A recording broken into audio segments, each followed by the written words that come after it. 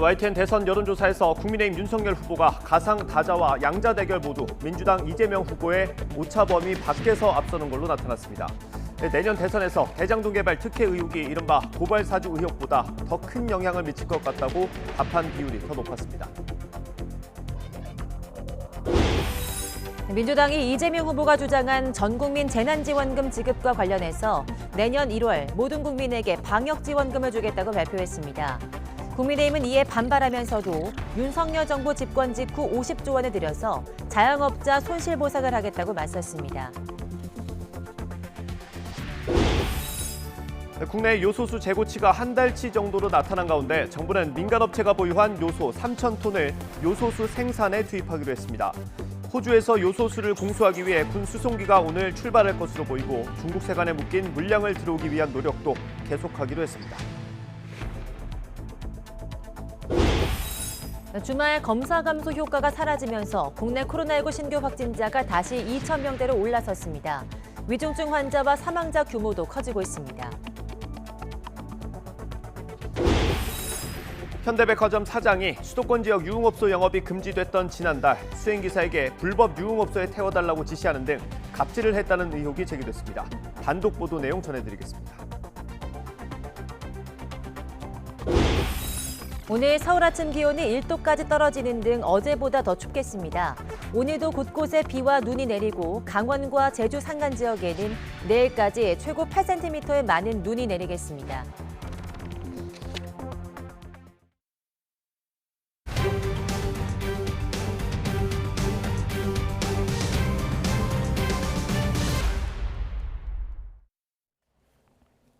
시청자 여러분 안녕하십니까? 11월 10일 굿모닝 YTN 시작합니다. 내년 20대 대선이 이제 넉 달 정도 앞으로 다가왔습니다. YTN은 오늘부터 민심을 확인하는 여론조사를 2주마다 실시합니다.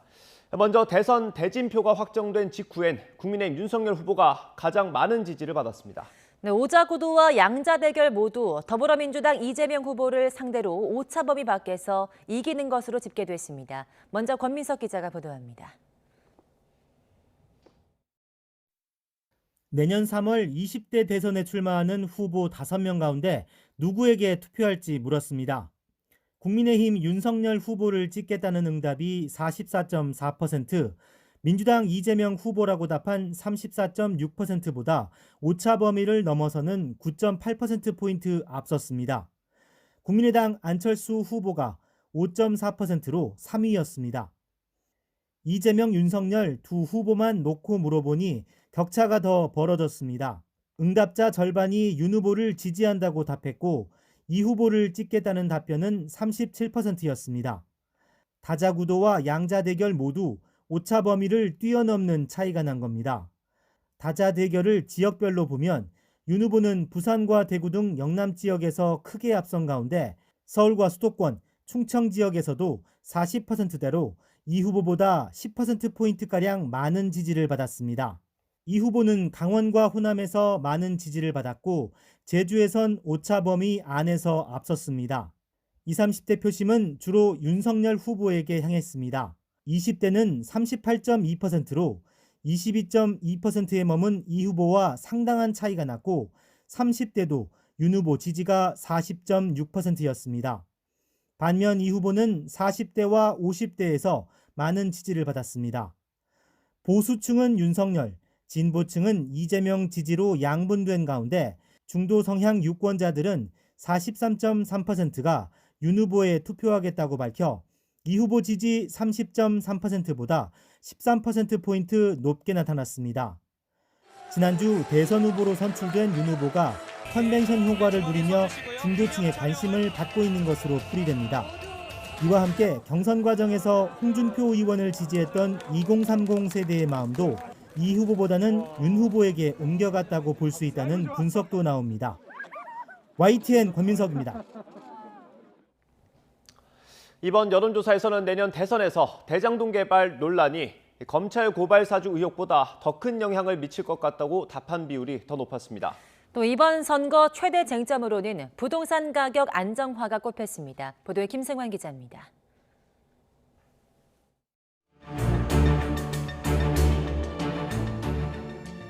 민주당 이재명 후보가 성남시장 시절 추진한 대장동 개발 사업 논란과 국민의힘 윤석열 후보가 검찰총장 시절 발생한 고발 사주 의혹 가운데 무엇이 이번 대선에 더 큰 영향을 미칠 것 같으냐고 물어봤습니다.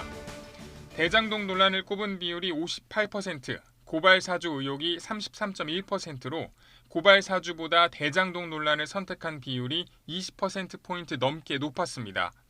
선거에서 투표할 후보를 결정할 때 어떤 게 조금이라도 더 큰 영향을 미칠 것 같으냐는 질문엔 소속 정당보단 후보 개인의 자질과 도덕성을 택한 비율이 3배 가까이 됐습니다.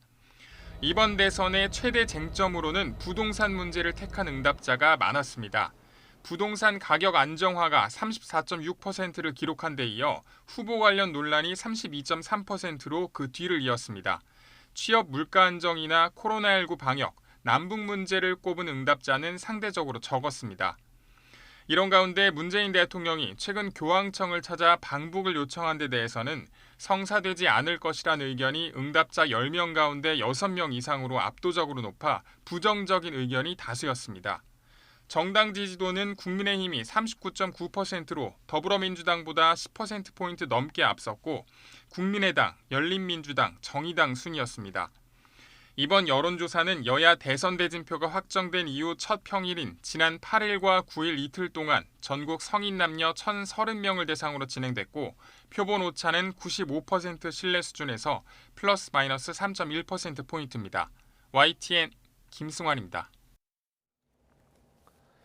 민주당이 전 국민을 대상으로 한 재난지원금 지급 계획을 구체적으로 밝혔습니다. 올해 받을 세금을 내년으로 미뤄서 예산을 확보하고 이름도 방역지원금으로 바꾸기로 했습니다. 네, 야당은 세금 깡이자 매표 행위라고 거세게 반발했는데요. 국민의힘은 대신 추경카드를 꺼내들어서 윤 후보가 제시했던 50조 규모 손실보상에 힘을 실었습니다. 송재인 기자입니다. 더불어민주당이 방역지원금이라는 이름과 함께 이재명 후보가 띄운 전국민 재난지원금의 윤곽을 공식 발표했습니다. 목표 지급 시기는 내년 1월, 위드 코로나에 맞춰 일상회복을 지원한다는 취지입니다. 최대한 빨리 국민들에게 지급이 되어서 개인 방역에 힘쓰고 계시는 우리 국민들의 방역 물품 구입과 1인당 20에서 25만 원가량 지원금을 주기 위한 예산 13조 원을 확보할 구체적인 방법도 제시했습니다. 한마디로 국민이 연말에 내야 할 세금 가운데 일부를 내년으로 미뤄 미천을 마련하는 방식인데 이렇게 납세가 미뤄져 본 예산에서 빠지면 지방교부세 등 정해진 분야에 우선 사용할 의무가 없어 재난지원금 예산으로만 온전히 활용할 수 있을 거라 자신하고 있습니다. 그러면서 국민의힘 윤석열 후보는 이 정도 구체적인 계획도 없이 대통령을 시켜주면 돈을 주겠다는 말만 던진다고 공세에 나섰습니다. 자영업자분들의 입은 피해에 대한 정확한 파악이 선행돼야 할 것입니다. 50조 원부터 투입하겠다고 하는 곳은 그야말로 표를 구걸하는. 이에 윤 후보는 민주당이야말로 납세 유예라는 꼼수로 세금 깡을 하려는 것 아니냐며 곧장 날을 세웠습니다. 정말 피해를 많이 입고 곤경에 처한 분들을 중심으로 해서 두툼하게 그 지원을 하고 그 지원도 역시 실해에 대한 보상 개념으로 가야 된다고. 국민의힘 역시 세금이 여당의 장난감이냐, 신개념 세금 밑장 빼기라고 맹폭하면서 추경카드를 꺼내들어 윤 후보가 제시했던 50조 규모 손실보상에 힘을 실었습니다. 우리가 집권하게 되면 그에 맞추어서 새로 출범하는 정부에서 예산 편성을 갖고 있으니 지출의 구조조정을 통해서 필요한 만큼의 재원을 조달하면서 대선 레이스가 예산 정국과 맞물리면서 양당 대선 후보는 대규모 재정 지원 대책으로 정책 대결 1차전을 치르고 있습니다. 일각에서는 선심성 돈풀기 경쟁이라는 비판이 나오는 가운데 양당의 기싸움은 갈수록 치열해질 것으로 보입니다. YTN 송재인입니다. 더불어민주당 이재명 후보는 오늘 오전 관훈클럽이 개최하는 대선 후보 초청 토론회에 참석합니다. 이 후보는 이 자리에서 전국민 방역지원금을 비롯해 최근 내놓은 대선 정책들에 대한 구상을 밝힐 예정입니다.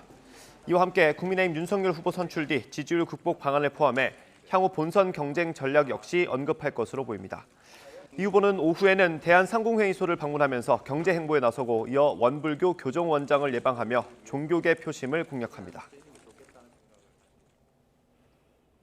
네, 국민의힘 윤석열 대선 후보는 오늘 1박 2일 일정으로 광주를 찾습니다. 윤 후보는 오늘 오후 2시 전남 화순의 고 홍남순 변호사 생가를 방문해 유족들을 만난 뒤 곧바로 광주를 찾아 5.18 자유공원과 국립 5.18 민주묘지를 참배할 예정입니다. 이는 전두환 옹호 논란 이후 약 3주 만으로 광주 시민들을 직접 만나 사죄하겠다는 계획인데 일부 시민단체들이 강한 반발을 예고하고 있어 충돌도 우려됩니다. 윤 후보는 이어서 고 김대중 전 대통령의 정치적 고향인 목포에서 하룻밤을 보낸 뒤 내일 고 노무현 전 대통령 고향인 경남 김해 봉화마을로 이동할 계획입니다. 이어서 코로나19 소식입니다. 단계적 일상회복 과정에서 4차 유행이 계속되는 가운데 어제도 전국에서 확진자가 잇따랐습니다. 오늘 발표될 확진자는 2,000명대 중반에 달할 것으로 보입니다. 개훈이 기자의 보도입니다.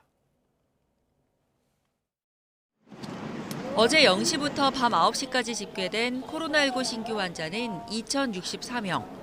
17개 시도 중 부산을 제외한 16개 시도의 확진자 합계인데 전날 같은 시간 1,318명이 확진 판정을 받은 것과 비교하면 500여 명 많은 겁니다.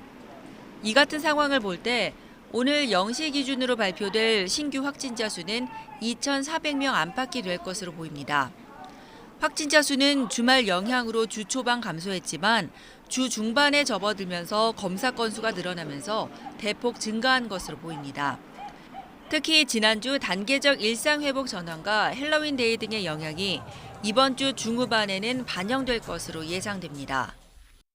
거리두기 단계는 많이 완화됐고 아주 많이 완화가 됐고요. 그다음에 사람들의 움직임, 개인적인 움직임, 사회에서의 모임이라든지 교통량이라든지 이런 게 다 증가하고 있지 않습니까? 그러면 이제 앞으로 증가할 일만 남았다는 거죠. 이런 가운데 최근 2주간 확진자의 절반 정도가 접종을 완료해도 감염된 이른바 돌파 감염이고 위중증 환자의 38%도 접종을 완료한 것으로 나타났습니다.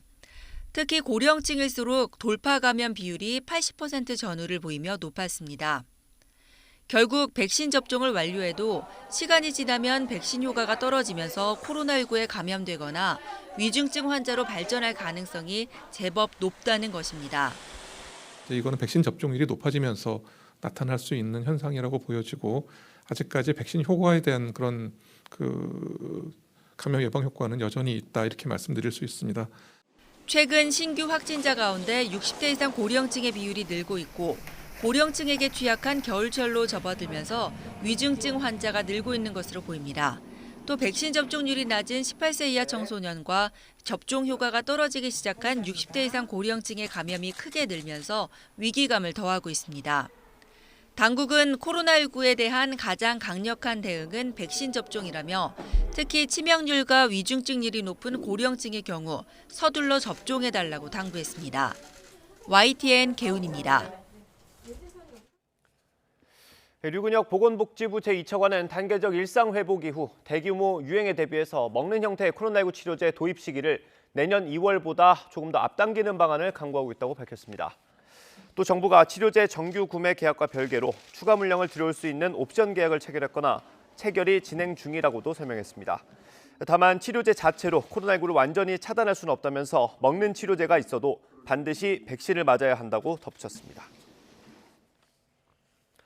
방역당국이 단계적 일상회복 단계에서의 코로나19 관리 지표 체계를 오는 16일에 발표합니다.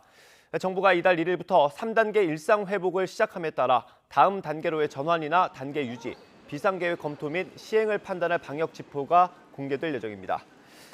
중대본 관계자는 특히 어떤 상황일 때 정부가 위험하다고 평가하고 이른바 서킷 브레이커를 발동할지에 대해서도 같이 발표할 예정이라고 덧붙였습니다. 미국 MSD사의 코로나19 치료제 몰누피라비르의 복제약이 처음으로 방글라데시에서 곧 시판될 예정입니다. 한 세트 판매 가격이 3만 원대 후반이 될 것으로 보여서 특히 비싼 약값이 부담스러운 나라들에는 반가운 소식입니다. 이광엽 기자의 보도입니다. 최근 영국은 세계에서 처음으로 알약 형태의 코로나 치료제인 몰누피라빌의 사용을 승인했습니다. 이 치료제가 확진자들의 입원 사망률을 절반가량 낮추는 효과가 입증되자 신속히 시판을 허용한 겁니다. 미국 제약사 머크앤컴퍼니 MSD가 공동 개발한 이 치료제는 복용이 간편하고 대량 생산도 가능하다는 점에서 게임 체인저로 불립니다. They are much cheaper. And they can be produced, they can be mass produced and distributed across the world, and that's very important for equitable global access to life-saving treatments. 올해 1,000만 명분이 생산되는 이 알약과 성분이 똑같은 복제약도 아시아에서 바로 등장하게 됐습니다. 방글라데시의 대형 제약사 백신코는 의약품 당국이 이 약의 복제약을 승인해 바로 생산에 들어갔다고 밝혔습니다.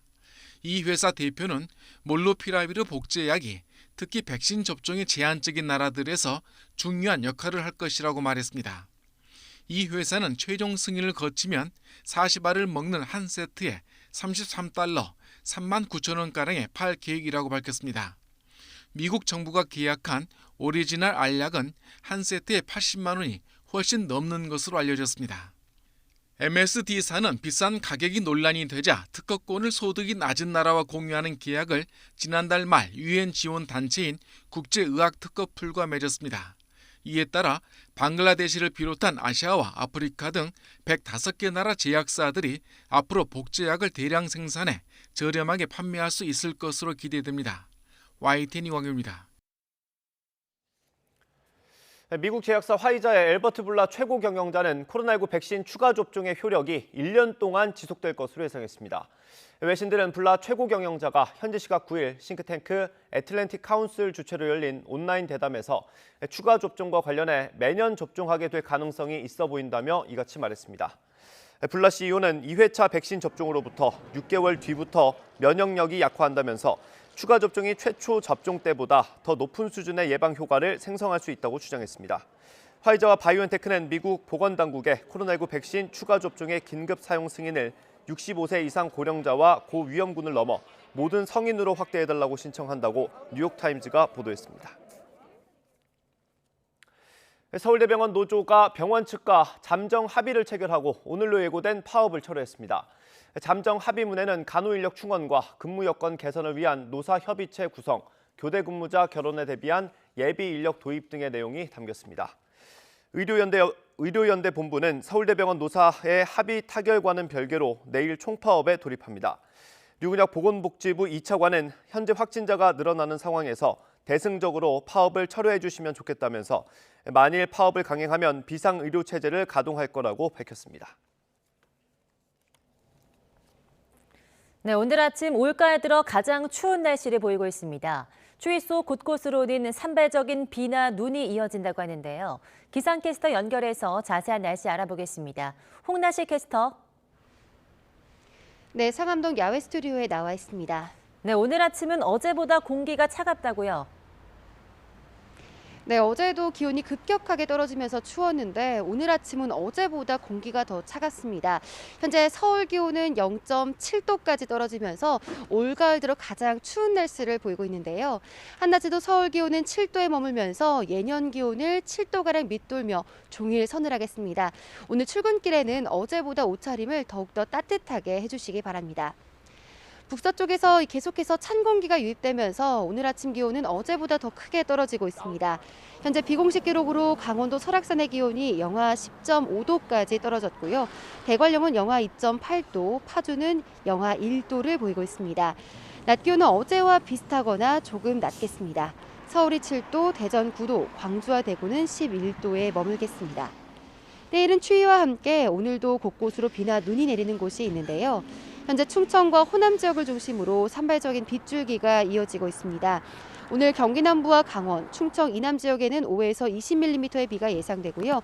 서울은 오전 한때 빗방울 정도만 떨어지겠습니다. 특히 대설주의보가 내려진 제주 산간에는 내일까지 최고 8cm의 눈이 내려 쌓이겠습니다. 내일도 내륙 곳곳으로 눈비 소식이 있고요. 기온은 내림세를 보이며 금요일 때일은 겨울 추위가 절정에 달할 전망입니다. 모레까지 강원 산간과 해안가를 중심으로는 바람도 무척 강하게 불겠습니다. 시설물 관리와 안전사고에도 주의를 해주시기 바랍니다. 지금까지 상암동 야외 스튜디오에서 YTN 홍나실입니다. 네, 호주에서 요소수 2만 7천 리터를 가져오기 위한 군용기가 오늘 현지로 출발할 전망입니다. 오후 5시쯤 출발하기 위해서 일정을 최종 조율 중인데요. 계획대로 된다면 요소수 수입분은 내일 국내에 도착하게 됩니다. 하지만 호주 수입분에 베트남 확보분까지 더해도 지금까지 확보한 물량은 740만 리터, 12일치에 불과합니다. 보도에 권남기 기자입니다. 정부가 요소수 긴급 수급 조정 조치를 이번 주 안에 시행합니다. 앞으로 정부는 민간 업체에 요소수 생산과 공급, 출고 명령을 내릴 수 있고 판매 방식도 지정할 수 있게 됩니다. 한 달 가량 정도밖에 재고가 남지 않은 상황 하에서 지금 이게 물량이 모자랄 것 같으니까 아마 매점 매석도 나타나고. 정부는 이와 함께 민간 수입업체가 보유한 차량용 요소 2,000톤을 발견하고 요소수로 만들 예정입니다. 이에 따라 호주와 베트남에서 급히 수입하거나 군 비축 물량을 방출하는 등 정부가 확보했다고 발표한 요소수는 740만 리터 수준입니다. 지난해 기준 국내 경유차 하루 운행에 들어가는 요소수가 60만 리터 정도니까 이제까지 12일치 정도를 확보한 겁니다. 정부는 중국 정부의 통관을 기다리는 요소 19,000톤이 추가로 들어오면 일단 한숨을 돌릴 거로 보고 있지만 역시 임시 방편에 불과합니다. 최대 이번 주까지는 물량이 남아있는 상황이고 일단은 현재 상태로 공급이 조금씩 된다고 해도 길어야 2-3달이고 근본적인 해결책은 될 수 없다는 게 저희. 결국 여러 나라에서 골고루 요소를 수입하는 게 해결책으로 꼽히지만 중국 수입길이 막힌 뒤 러시아나 중동 등을 접촉해도 아직 별다른 성과는 없는 거로 전해집니다. 현재 전 세계적으로 요소를 생산하는 국가나 업체에 지금 다 연락을 하고 있고요. 현재까지 확정된 거는 없어서. 요소수 대란이 더 길어지면 일상 회복과 함께 조금씩 살아나던 경기에 찬물을 끼얹을 수 있다는 걱정도 나옵니다. 요소수를 사용하는 철강이나 건설 등을 중심으로 투자 회복이 늦어질 수 있고 물류 대란이 현실이 되면 소비 역시 차질이 불가피합니다. 원자재나 그다음에 부품을 수송하는 것은 물론이고 또 최정제, 소비재 이런 것들도 소비자들한테 전달되기 힘든, 그래서 이제 좀 소비도 좀 어려워지는 그런 최악의 경우도. 이런 가운데 정부는 현재 전국 소방서의 경우 서너 달 정도 사용할 수 있는 요소수를 비축해 두고 있다고 밝혔습니다. YTN 권남기입니다. 네, 요소수 외에도 차량이나 반도체, 2차 전지 등 우리나라의 주요 수출품에 쓰이는 핵심 원자재는 중국에 80% 이상 의존하고 있습니다. 때문에 언제든 제2의 요소수 사태가 발생할 수 있다는 우려가 큰데요. 문재인 대통령은 정부가 해외 물량 확보와 수입 대체선 발굴 등에도 최선을 다하고 있으니 지나친 불안감은 갖지 말라고 당부했습니다. 문재인 대통령의 국무회의 발언 직접 들어보겠습니다. 요소수 공급 차질 문제가 시급한 현안이 되었습니다. 정부는 외교 역량을 총동원해 해외 물량 확보에 총력을 기울이고 있습니다. 급한 곳은 공공부문 여유분을 우선 활용하고 긴급 수급 조정 조치 등으로 수급 안정화에 만전을 기할 것입니다. 정부가 수입 시체를 조기에 해결하는 노력과 함께 수입 대체선의 발굴에도 최선을 다하고 있으니 국민들께서는 지나친 불안감을 갖지 마시길 당부드립니다. 글로벌 공급망 변화에 따른 원자재 수급 문제를 보다 광범위하게 점검할 필요가 있습니다. 특정 국가의 수입 의존도가 과도하게 높은 품목에 대해서는 사전 조사를 철저히 하고 면밀한 관리 체계를 구축해 주기 바랍니다.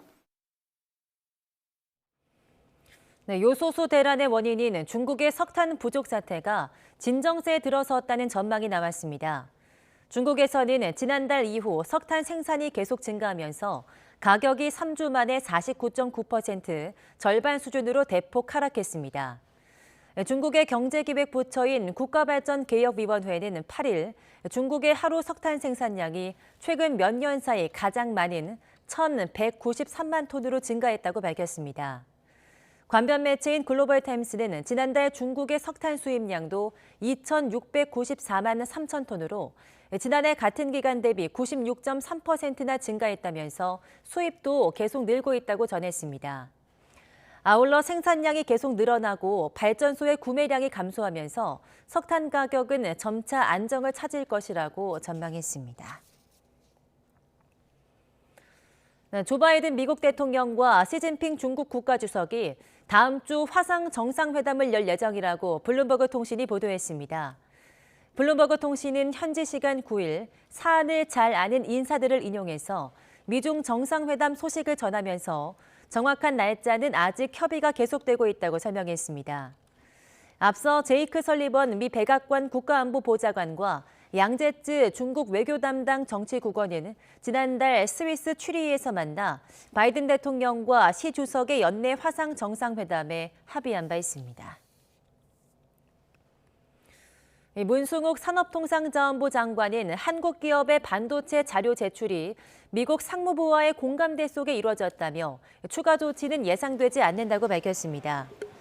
문 장관은 현지 시간 9일 워싱턴 DC 인근 댈러스 국제공항에서 취재진과 만나 부담되는 정보가 제공되는 건 문제가 있다는 지적이 많아서 여러 통로를 통해서 미국 측에 그런 사실을 전달했다며 이같이 말했습니다.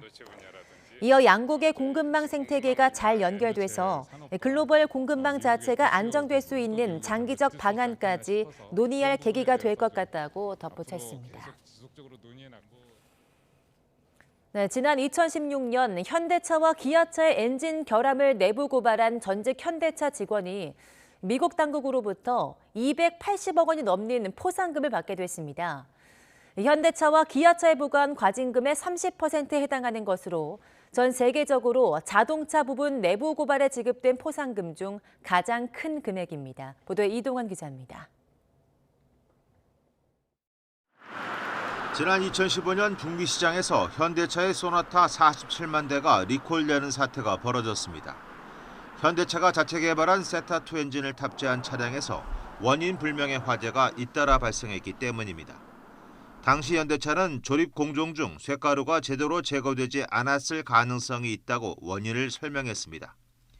그러나 1년 뒤 현대차에서 엔지니어로 20년 이상 근무하던 김광호 전 부장은 세타2 엔진에 결함이 있다는 사실을 알아내고 회사에 보고했습니다. 하지만 적절한 조치가 이루어지지 않자 미국 교통안전국과 한국 정부에 이 같은 정보를 제보했습니다. 제가 국내뿐만 아니고 사실은 미국에도 47만 대를 그 당시에 리콜을 했었는데 그게 부족하다고 나머지 차량도 다 문제가 있기 때문에 리콜해야 된다라고 제가 미국에도 제보를 했었습니다. 미국 교통안전국은 이 제보를 토대로 조사를 벌여 시기적으로 부적절하게 리콜을 했고 엔진 결함에 대해서도 중요한 정보를 부정확하게 보고했다는 판단을 내렸습니다. 그 결과 지난해 11월 현대차와 기아차에 8,100만 달러의 과징금을 부과했습니다. 이번에 김 전 부장에게 지급될 포상금은 과징금의 최대 30%까지 줄 수 있다는 규정에 따라 2,400만 달러, 우리 돈 280억 원이 넘습니다. 전 세계에서 자동차 관련 내부 고발에 대한 포상금으론 최대 금액입니다. 김 전 부장은 내부 고발 후 해임과 고소 등 고초를 겪었습니다. 앞서 우리 정부로부터 훈장과 포상금 2억 원을 받은 김 전 부장은 이번 포상금과 관련해 자신이 감수한 위험에 대해 정당하게 보상을 받아 기쁘다며 자신의 제보로 자동차 안전이 개선되길 희망한다고 밝혔습니다. YTN 이동원입니다.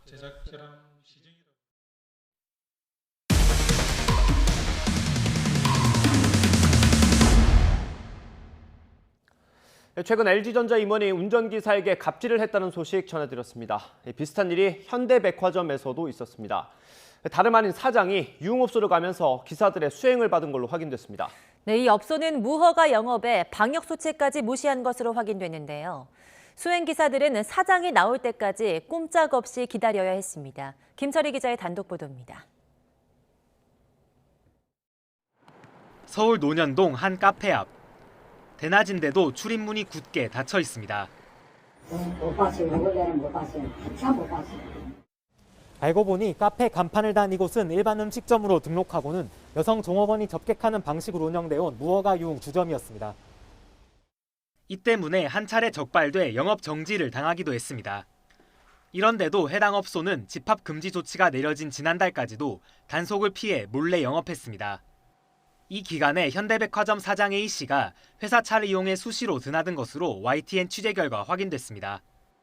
지난달 29일 밤 10시부터 1시간 반가량 이곳에 머물렀고 같은 달 10일과 18일, 20일에도 밤늦게 들러 2시간 넘게 술을 마셨습니다. 지난 9월에도 4차례나 방문했습니다. 이는 빙산의 일각이라고 A 사장의 수행 기사들은 입을 모읍니다. 코로나19 사태 전인 2017년부터 2019년까지 2년 동안 해당 유흥업소를 들른 것만 해도 최소 100여 차례가 넘는다는 겁니다. 본인의 유흥을 왜 나한테까지 전가를 시키는지 너무 자주 하시니까. 코로나 때는 좀 안 하겠거리는데 다 8시 다니는데 집에 지금 하더라고요. A 사장이 불법업소에서 벌이는 술자리가 끝날 때까지 수행기사들은 밖에서 꼼짝없이 기다려야 했습니다. 이러다 보니 초과 근무는 일상이 되었습니다. 들어가면 이제 언제 나올지도 모르니까 그냥 주변에서 이제 대기하고 있는 거죠. 새벽 한 2시간에 나오겠지만 그냥 여기 어지없이 그냥 그 시간에 나와요.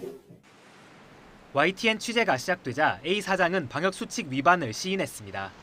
현대백화점 명의로 낸 입장문에서 A 사장은 불법 유흥업소를 드나든 것은 이유를 불문하고 본인의 불찰이라며 사과의 뜻을 밝혔습니다.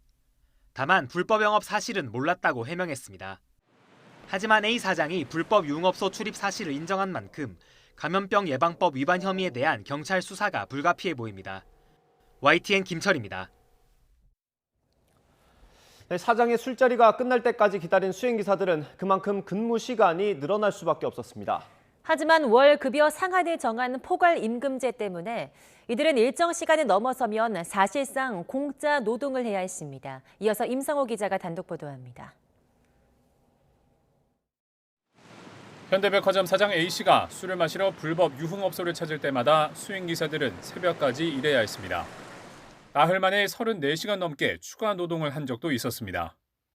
회사에서 지급되는 초과 수당은 15시간. 15시간을 빼면 거기서 보통 한 25시간 정도 더 일을 하게 되는 거죠. 주당 평균 40시간, 월 평균 160시간 초과 근무가 일상인 상황. 하지만 월급은 늘 300만 원 초반에 머물렀습니다.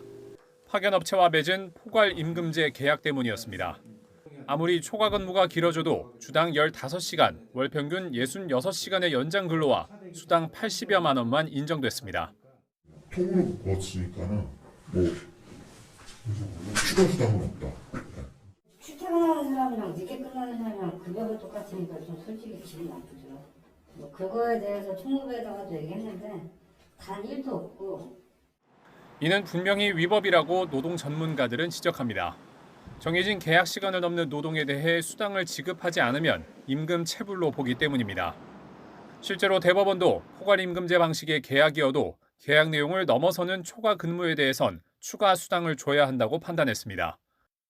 추가로 지급해야 되고 만약에 이제 지급을 안 하면은 그것도 임금 체불이 되고요. 포괄임금제 자체가 근로기준법에 맞게 계산이 돼야 되거든요. 이에 대해 현대백화점 측은 임원 수행기사들에게 부당하게 급여를 적게 지급해온 사실을 사실상 인정했습니다. 그러면서 수행기사들이 향후 불이익을 겪지 않도록 제도를 개선하겠다고 밝혔습니다. 수행기사나 경비원 등 노동시간을 정확히 산정하기 힘든 직종 위주였던 포괄임금제는 지금은 기업 절반 이상이 도입할 정도로 광범위한 실정입니다. 이로 인한 장시간 노동과 임금 체불이 계속해서 논란이 되는 만큼 단기적인 단속 강화를 넘어 근본적인 제도 개선이 시급하다는 지적이 나옵니다. YTN 임성호입니다. 국내에서 판매하는 화장품 10개 제품에서 발암성 물질이 검출됐다는 환경단체 조사 결과가 나왔습니다. 자외선 차단제와 립밤, 파운데이션 등 일상생활에서 많이 쓰는 제품들인데요. 유럽과 미국에서는 이미 규제에 나선 만큼 정부 차원의 대책 마련이 요구되고 있습니다. 김대겸 기자가 보도합니다. 대한화장품협회가 운영하는 화장품 성분 검색 사이트입니다.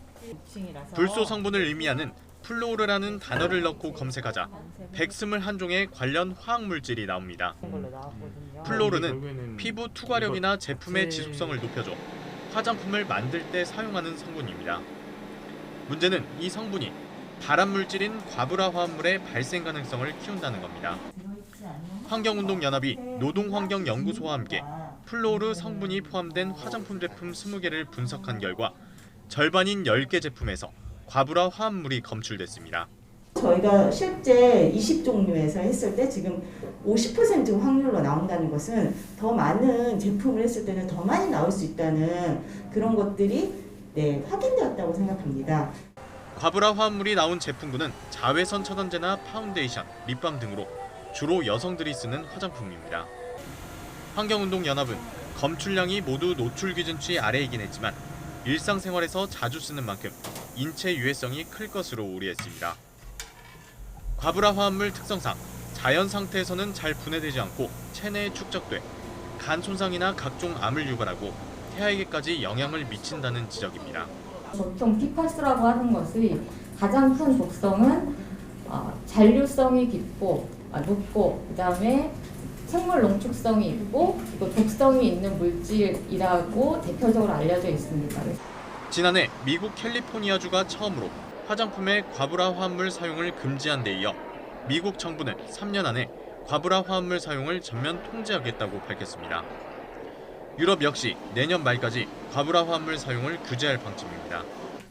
환경운동연합은 이런 국제적 추세에 발맞춰 화장품 성분 전수조사와 규제책 마련을 정부에 요구할 계획입니다. 또 불소 성분이 함유된 제품의 경우 과부라 화합물 검출 가능성이 커지는 만큼 제품을 구매하기 전에 플로우르나 플로우로 성분을 확인할 것을 당부했습니다.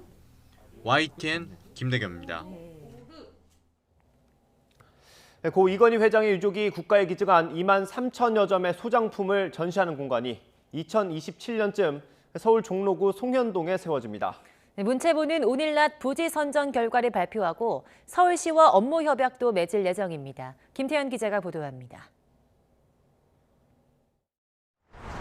가칭 이건희 기증관이 유력한 후보지였던 서울 종로구 송현동에 세워지는 것으로 결정됐습니다.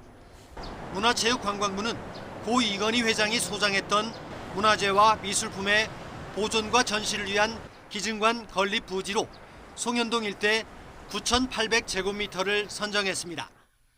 송현동 부지는 정치, 경제, 문화예술의 중심지에 있어 인근 박물관, 미술관과 연계 효과는 물론 국내외 방문객 유입 효과가 크다는 점이 고려됐습니다. 또 인근 부지가 공원으로 조성될 예정이어서 다양한 문화활동을 할 수 있다는 점도 장점입니다. 미술관은 도심에 있어야 한다고 생각합니다. 그래서 길을 가더라도 이렇게 쉽게 들어갈 수 있는 그런 그 장소, 그런 면에서는 송현동이 조금 더 장점이 많지만 반면 용산 부지는 공원지구에서 건폐율과 용적률이 낮고 진입로 부지를 추가로 매입해야 한다는 것이 단점으로 꼽혔습니다. 이건희 회장의 유족들이 국립중앙박물관과 국립현대미술관 등에 기증한 소장품은 모두 2만 3천여 점에 이릅니다. 문체부는 지난 7월 소장품 활용 방안을 발표한 뒤 연구 용역을 통해 용산과 송현동의 입지를 분석하고 평가했습니다.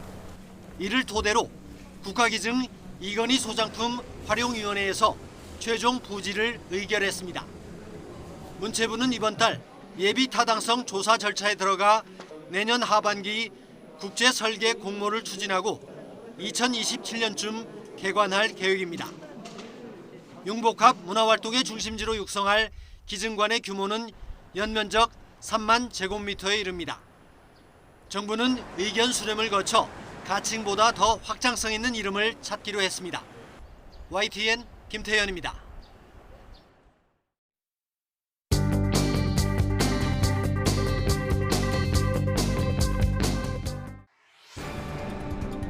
요소수가 끝일까?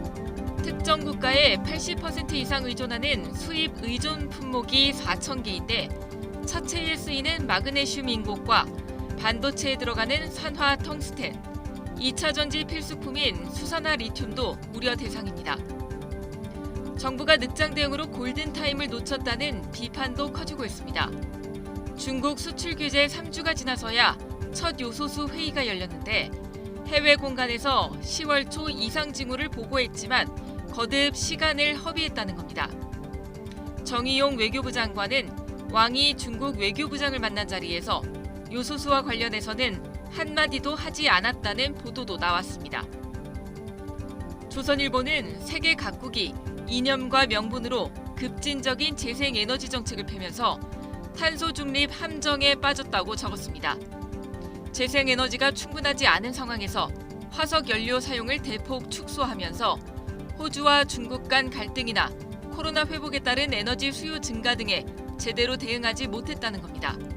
재난지원금 대신 방역지원금. 여당이 전국민 재난지원금에 대한 논란이 거세지자 이름을 바꾸고 올해 세금을 내년에 걷어 1월부터 돈을 주겠다고 밝혔습니다. 야당은 세금 깡이자 내표 행위라고 비난했고 재정당국도 반대하고 있습니다. 배우자나 부모, 자녀가 없이 숨질 경우 형제와 자매에게 주던 의무 상속이 사라지고 미혼 독신자도 친양자를 입양할 수 있게 하는 민법 개정안이 예고됐습니다. 고 이건희 삼성전자 회장의 미술품과 문화재를 전시하기 위한 기증관이 서울 송현동에 들어섭니다. 박범계, 조국 구하기 나섰나? 조국 전 장관의 부인 정경심 씨의 자산관리인 김경록 씨가 수사팀이 자백을 회유했다는 진정서를 낸 것과 관련해 법무부가 조국 수사팀 자료를 요구했는데 수사 흠집내기를 위한 것이란 논란이 커지고 있습니다. 조간 브리핑 김연아입니다.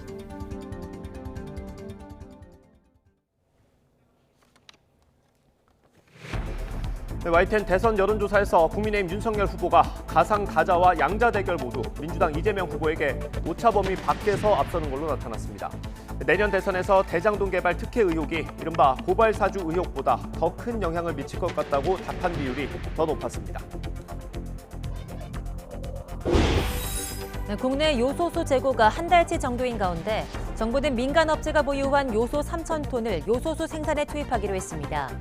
호주에서 요소수를 공수하기 위해서 군 수송기가 오늘 출발할 것으로 보이고 중국 세관에 묶인 물량을 들여오기 위한 노력도 계속하기로 했습니다. 주말 검사 감소 효과가 사라지면서 국내 코로나19 신규 확진자가 다시 2,000명대로 올라섰습니다. 위중증 환자와 사망자 규모도 커지고 있습니다. 현대백화점 사장이 수도권 지역 유흥업소 영업이 금지됐던 지난달 수행기사에게 불법 유흥업소에 태워달라고 지시하는 등 갑질을 했다는 의혹이 제기됐습니다. 수행기사들에게 초과 근무를 시키고 급여도 적게 지급한 것으로 드러났습니다. 미국을 방문한 문승욱 산자부 장관은 우리 기업의 반도체 자료 제출은 미국 상무부와의 공감대 속에서 이루어졌다고 밝혔습니다.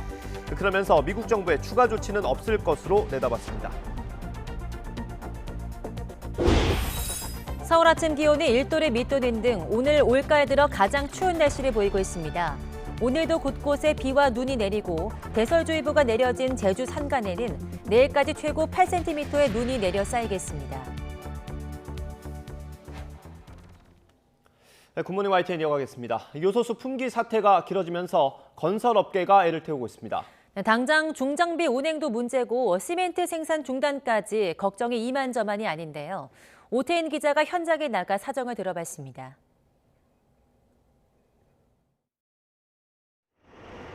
경남 진주에 있는 레미콘 공장. 시멘트에 자갈등을 섞어 만든 레미콘을 운반 차량이 쉴 새 없이 실어 나릅니다. 하지만 해법을 찾지 못하는 요소수 파동에 이곳 역시 예외가 아닙니다. 이 업체 레미콘 운반 차량 가운데 절반 이상은 요소수가 꼭 필요한 차량. 요소수 품귀가 심각해지면서 이달 말이면 운행을 멈춰야 할 처지입니다. 차량의 한 60%가 이달 말쯤 되면은 아마 운행에 지장이 있을 걸로 생각이 됩니다. 수송에 문제가 좀 생긴다면은 건설 현장에도 타격이 올 것으로 생각이 듭니다. 시멘트 생산도 발등에 불입니다. 시멘트는 석회석을 가열해 원료를 생산하는데 이 과정에서 발생하는 오염물질인 질소 산화물을 산업용 요소수를 뿌려 제거합니다. 하지만 업체들이 확보한 요소수가 점점 바닥을 보이면서 시멘트 생산도 중단되는 것 아니냐는 우려가 큽니다. 지금 상황에서 전혀 변화가 없고 호전되지 않는다고 하면은 12월에 들어서는 지금 여건보다는 상당히 좀 어려워지지 않을까 생각을 하고 있습니다. 요소수 풍기 사태로 건설 현장이 멈출 위기에 놓이자 노동자들도 해결을 촉구하며 나섰습니다. 10배 이상 폭등한 요소수 가격도 부담인데 그마저도 구할 수 없어 장비가 멈추면 생계가 막막한 상황입니다. 요소수가 2, 3일 있으면 동이 납니다. 가지고 있던 게. 그러면은 저희 가정은 생계, 애들 학비 모든 게 멈췄습니다. 너무 절박합니다. 요소수 풍기 사태가 물류 대란 우려에 이어 건설 대란 우려까지 확산하고 있습니다. YTN 오태인입니다. 홍남기 경제부총리 겸 기획재정부 장관은 요소수 확보를 위한 여러 나라와 협의가 막바지 단계라면서 단기적으로는 풍기 사태가 해소될 거라고 말했습니다. 홍 부총리는 국회 예산결산특별위원회 전체 회의에서 호주에서 2만 7천 리터라도 공급할 수 있다고 해서 군 수송기로 들여오는 게 있고 일부 국가와 수만 톤 정도 협의하고 있다며 이같이 밝혔습니다. 홍 부총리는 1톤이 3천 리터이기 때문에 2만 톤 정도 들여오면 6천만 리터라면서 이번 달 들어오게 되면 요소수 문제가 상당 부분 단기적으로는 해소될 것으로 보인다고 설명했습니다. 네, 중국 정부는 한국 내 요소수 품귀 사태 원인이 된 중국발 비료품물 수출 통제 조치와 관련해서 중국은 한국의 수요를 중시하며 해결을 위해서 한국과 적극적으로 협상하고 있다고 밝혔습니다. 중국 외교부는 한국 언론의 질문에 대한 답변을 통해서 요소와 칼륨 비료 등의 품목에 대해서 검역을 거치도록 한 것은 특정 국가를 겨냥한 게 아니라면서 이같이 밝혔습니다. 중국 외교부의 이 같은 입장은 우리 정부가 요소수 확보를 위해서 중국 정부와 적극 협의를 하고 있는 가운데 나와 후속 조치가 주목됩니다.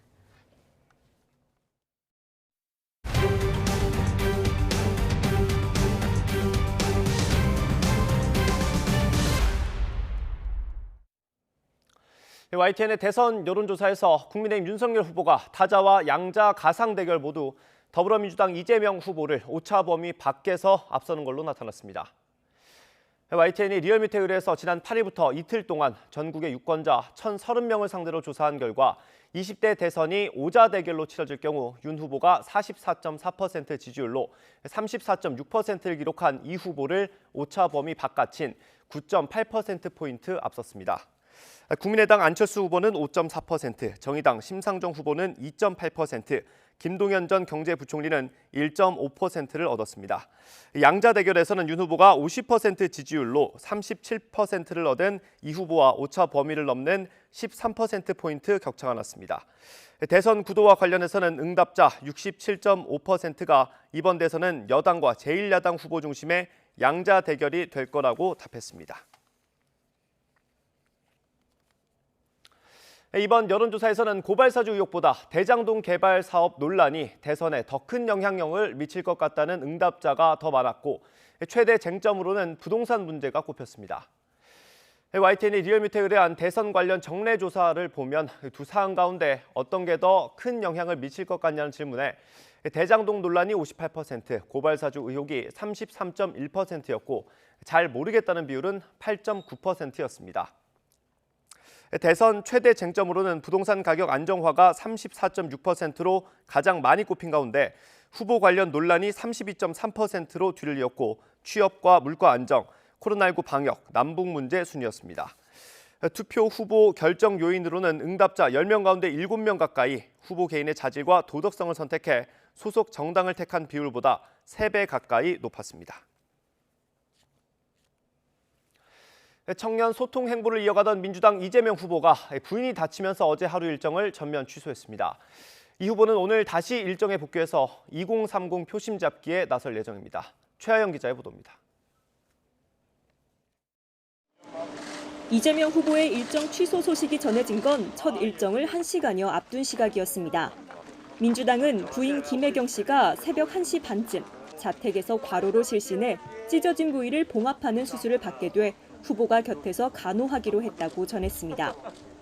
이날 청년과 가상자산에 대해 논하고 소방의 날을 맞아 청년 소방관도 만날 예정이었던 이 후보는 갑자기 일정을 취소해 죄송하다는 글을 올리고 대선 후보이기 전에 남편이고 싶었다고 덧붙였습니다. 이런 가운데 민주당은 의원 163명이 모두 참여한 선거대책위원회 3차 인선을 발표했습니다. 특히 MZ세대와 소통하기 위해 후보자 직속으로 꾸려진 청년 플랫폼에는 2030 세대 의원들을 집중 배치했습니다. 이 후보는 청년층을 상대로 한 공약에 힘을 쏟는 모습입니다. 앞서 2030 남성들이 국민의힘 홍준표 의원을 지지하는 이유를 분석한 글을 선대위에 공유하기도 했고 일정 대부분을 청년 소통에 주력하며 사실상 1일 1청년 행보를 이어가고 있습니다. 또 국민의힘 경선 후유증에 따른 2030 당원의 탈당 행렬도 주의 깊게 살피고 있습니다. 홍준표 후보에게 몰려있던 젊은 표심이 윤석열 후보한테 쉽게 가기는 어렵지 않겠나 이렇게 보여지는데 탈당 이야기도 있고. 하루 동안 부인 간호를 마친 이 후보는 다시 대선 일정에 복귀해 청년층과의 교감에 주력할 계획입니다. YTN 최아영입니다. 국민의힘 윤석열 후보는 전두환 옹호 논란을 빚은 뒤 처음으로 오늘 광주를 방문합니다. 선대위 구성에선 용광로형이냐 실무형이냐를 두고 물밑 신경전이 벌어지고 있습니다. 황혜경 기자의 보도입니다. 광주 5.18 민주묘지 참배를 예고한 국민의힘 윤석열 대선 후보는 4.19 민주묘지를 먼저 찾았습니다. 기념탑에 이어 당시 학생 시위를 주도했던 이기택 전 민주당 총재의 묘역도 참배했습니다. 4.19 혁명 이후에 또 정계에 진출하셔가지고 정말 자꾸하실 때까지 우리나라 자유민주주의 발전을 위해서 헌신하신 분이죠. 전두환 씨를 옹호한 듯한 발언을 한 이후 첫 호남 방문을 앞두고 헌법과 자유민주주의 수호를 먼저 강조한 겁니다. 대선 후보로 확정된 이후 여론조사 지지율이 오르며 이른바 컨벤션 효과를 누리고 있지만 원팀을 위한 선대위 구성은 쉽지 않습니다. 윤 후보는 경선 캠프까지 아우르는 대규모 용광로 선대위를 구상하는 반면 김종인 전 비대위원장이나 이준석 대표는 조직보다 실무 위주의 초소형 선대위를 추구하며 의견차를 보이고 있기 때문입니다. 몇백 명씩 앉아가지고 사실 일한다는 사람들이 두서도 없이 체계도 없이 이렇게 앉아서 있는 것보다 오히려 정말 맹렬한 지지를 이끌어내가지고 하이에나, 파리떼 등의 표현과 함께 자리 사냥꾼으로 내몰린 경선 캠프 인사들이 개별적으로 불쾌감을 드러내는 것도 우려스러운 부분입니다. 물밑 갈등설이 불거지자 후보 비서실장인 권성동 의원은 김종인 전 위원장과 선대위 구성 논의가 잘 조율되고 있다고 진화에 나섰습니다. 여야 대선 후보들의 첫 조우가 예상됐던 전국 여성대회에는 민주당 이재명 후보가 부인 간호로 참석하지 못하면서 만남이 성사되지 못했습니다. 글쎄 좀 아쉽네요. 오늘 이렇게 좋은 행사에 좀 다 같이 만났었으면 더 좋았을 텐데. 오늘은 경선 이후로 미뤄왔던 호남 방문에 나서는 윤석열 후보. 전두환 발언 탓에 진보 성향의 대학생 단체가 5.18 민주묘역 참배를 막겠다고 공언한 만큼 충돌 가능성도 제기됩니다. YTN 황혜경입니다.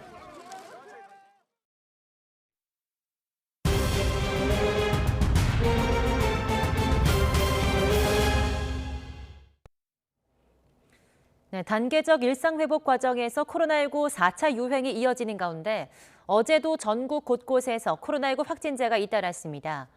방역당국과 서울시 등 각 지방자치단체에 따르면 어제 0시부터 밤 9시까지 전국에서 코로나19 양성 판정을 받은 신규 확진자는 총 2,064명으로 집계됐습니다. 이는 17개 시도 중 부산을 제외한 16개 시도의 확진자 합계입니다. 확진자가 나온 지역을 보면 수도권이 1,758명, 비수도권이 306명입니다. 이런 추세로 볼 때 오늘 0시 기준으로 발표될 신규 확진자 수는 2,400명 안팎에 달할 것으로 보입니다. 정부가 내년 2월 국내에 도입하기로 한 먹는 코로나19 치료제를 더 빨리 들여오겠다고 밝혔습니다. 해마다 코로나19 백신을 추가 접종하는 것에 대해선 충분히 논의해서 검토하겠다고 설명했습니다. 보도에 김잔대 기자입니다. 정부가 내년 2월부터 단계적으로 도입하기로 한 먹는 코로나19 치료제 도입을 더욱 서두르기로 했습니다. 류근혁 보건복지부 제2차관은 먹는 치료제를 내년 2월보다 좀 더 당길 수 있도록 노력하고 있다고 말했습니다. 다만 얼마만큼 더 당길 수 있는지 지금으로선 판단하기 어렵다고 말했습니다. 정부는 최선을 다해서 조기 도입하고 다른 나라에서 먹는 치료제를 사용할 때 우리나라도 같이 쓸 수 있도록 노력하겠다고 강조했습니다. 투약 대상은 아직 결정된 것은 없지만 고위험군을 대상으로 쓸 가능성이 있다고 설명했습니다. 정부는 다만 먹는 치료제가 코로나19 유행의 판도를 바꾸는 게임 체인저가 될 것이라며 과도한 기대를 하는 것에는 선을 그었습니다. 치료제 하나로는 유행을 통제할 수 없고 또한 감염되신 분들이 비교적 초기 상황에서 써야 되기 때문에 그 효과에는 제한이 있습니다. 또한 만에 하나 그 치료의 시기를 놓치게 되면 치료제를 써도 회복이 어려울 수 있는 상황도 있습니다. 따라서 치료제가 도입된다고 해도 백신 접종의 중요성은 여전하다는 것입니다. 돌파 감염이 증가하고 있는 가운데 방역 당국은 추가 접종을 서두르고 있습니다. 특히 60대 이상의 경우 올해 초 백신 접종을 마친 경우가 많아 시간이 지나면서 백신 효과가 떨어져 돌파 감염 사례가 급증하고 있습니다. 정부는 추가 접종을 하더라도 백신 여유분이 충분하다면서 내년까지 부족하진 않을 것으로 예상했습니다. 또 백신 추가 접종을 매년 정기적으로 시행하는 방안에 대해서도 전문가들과 신중하게 논의하고 있다고 밝혔습니다. YTN 김잔디입니다. 미국 제약사 화이자의 앨버트 불라 최고 경영자는 코로나19 백신 추가 접종의 효력이 1년간 지속될 것으로 예상했습니다. 외신들은 불라 최고 경영자가 현지 시각 9일 싱크탱크 애틀랜틱 카운슬 주최로 열린 온라인 대담에서 추가 접종과 관련해 매년 접종하게 될 가능성이 있어 보인다며 이같이 말했습니다. 불라 CEO는 2회차 백신 접종으로부터 6개월 뒤부터 면역력이 약화한다면서 추가 접종이 최초 접종 때보다 더 높은 수준의 예방 효과를 생성할 수 있다고 주장했습니다.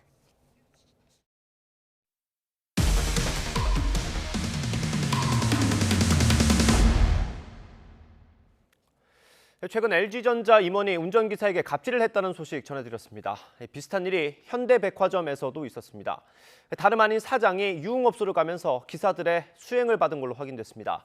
이 업소는 무허가 영업에 방역 수칙까지 무시한 것으로 확인됐는데 수행기사들은 사장이 나올 때까지 꼼짝없이 기다려야 했습니다. 김철희 기자의 단독 보도입니다. 서울 논현동 한 카페 앞.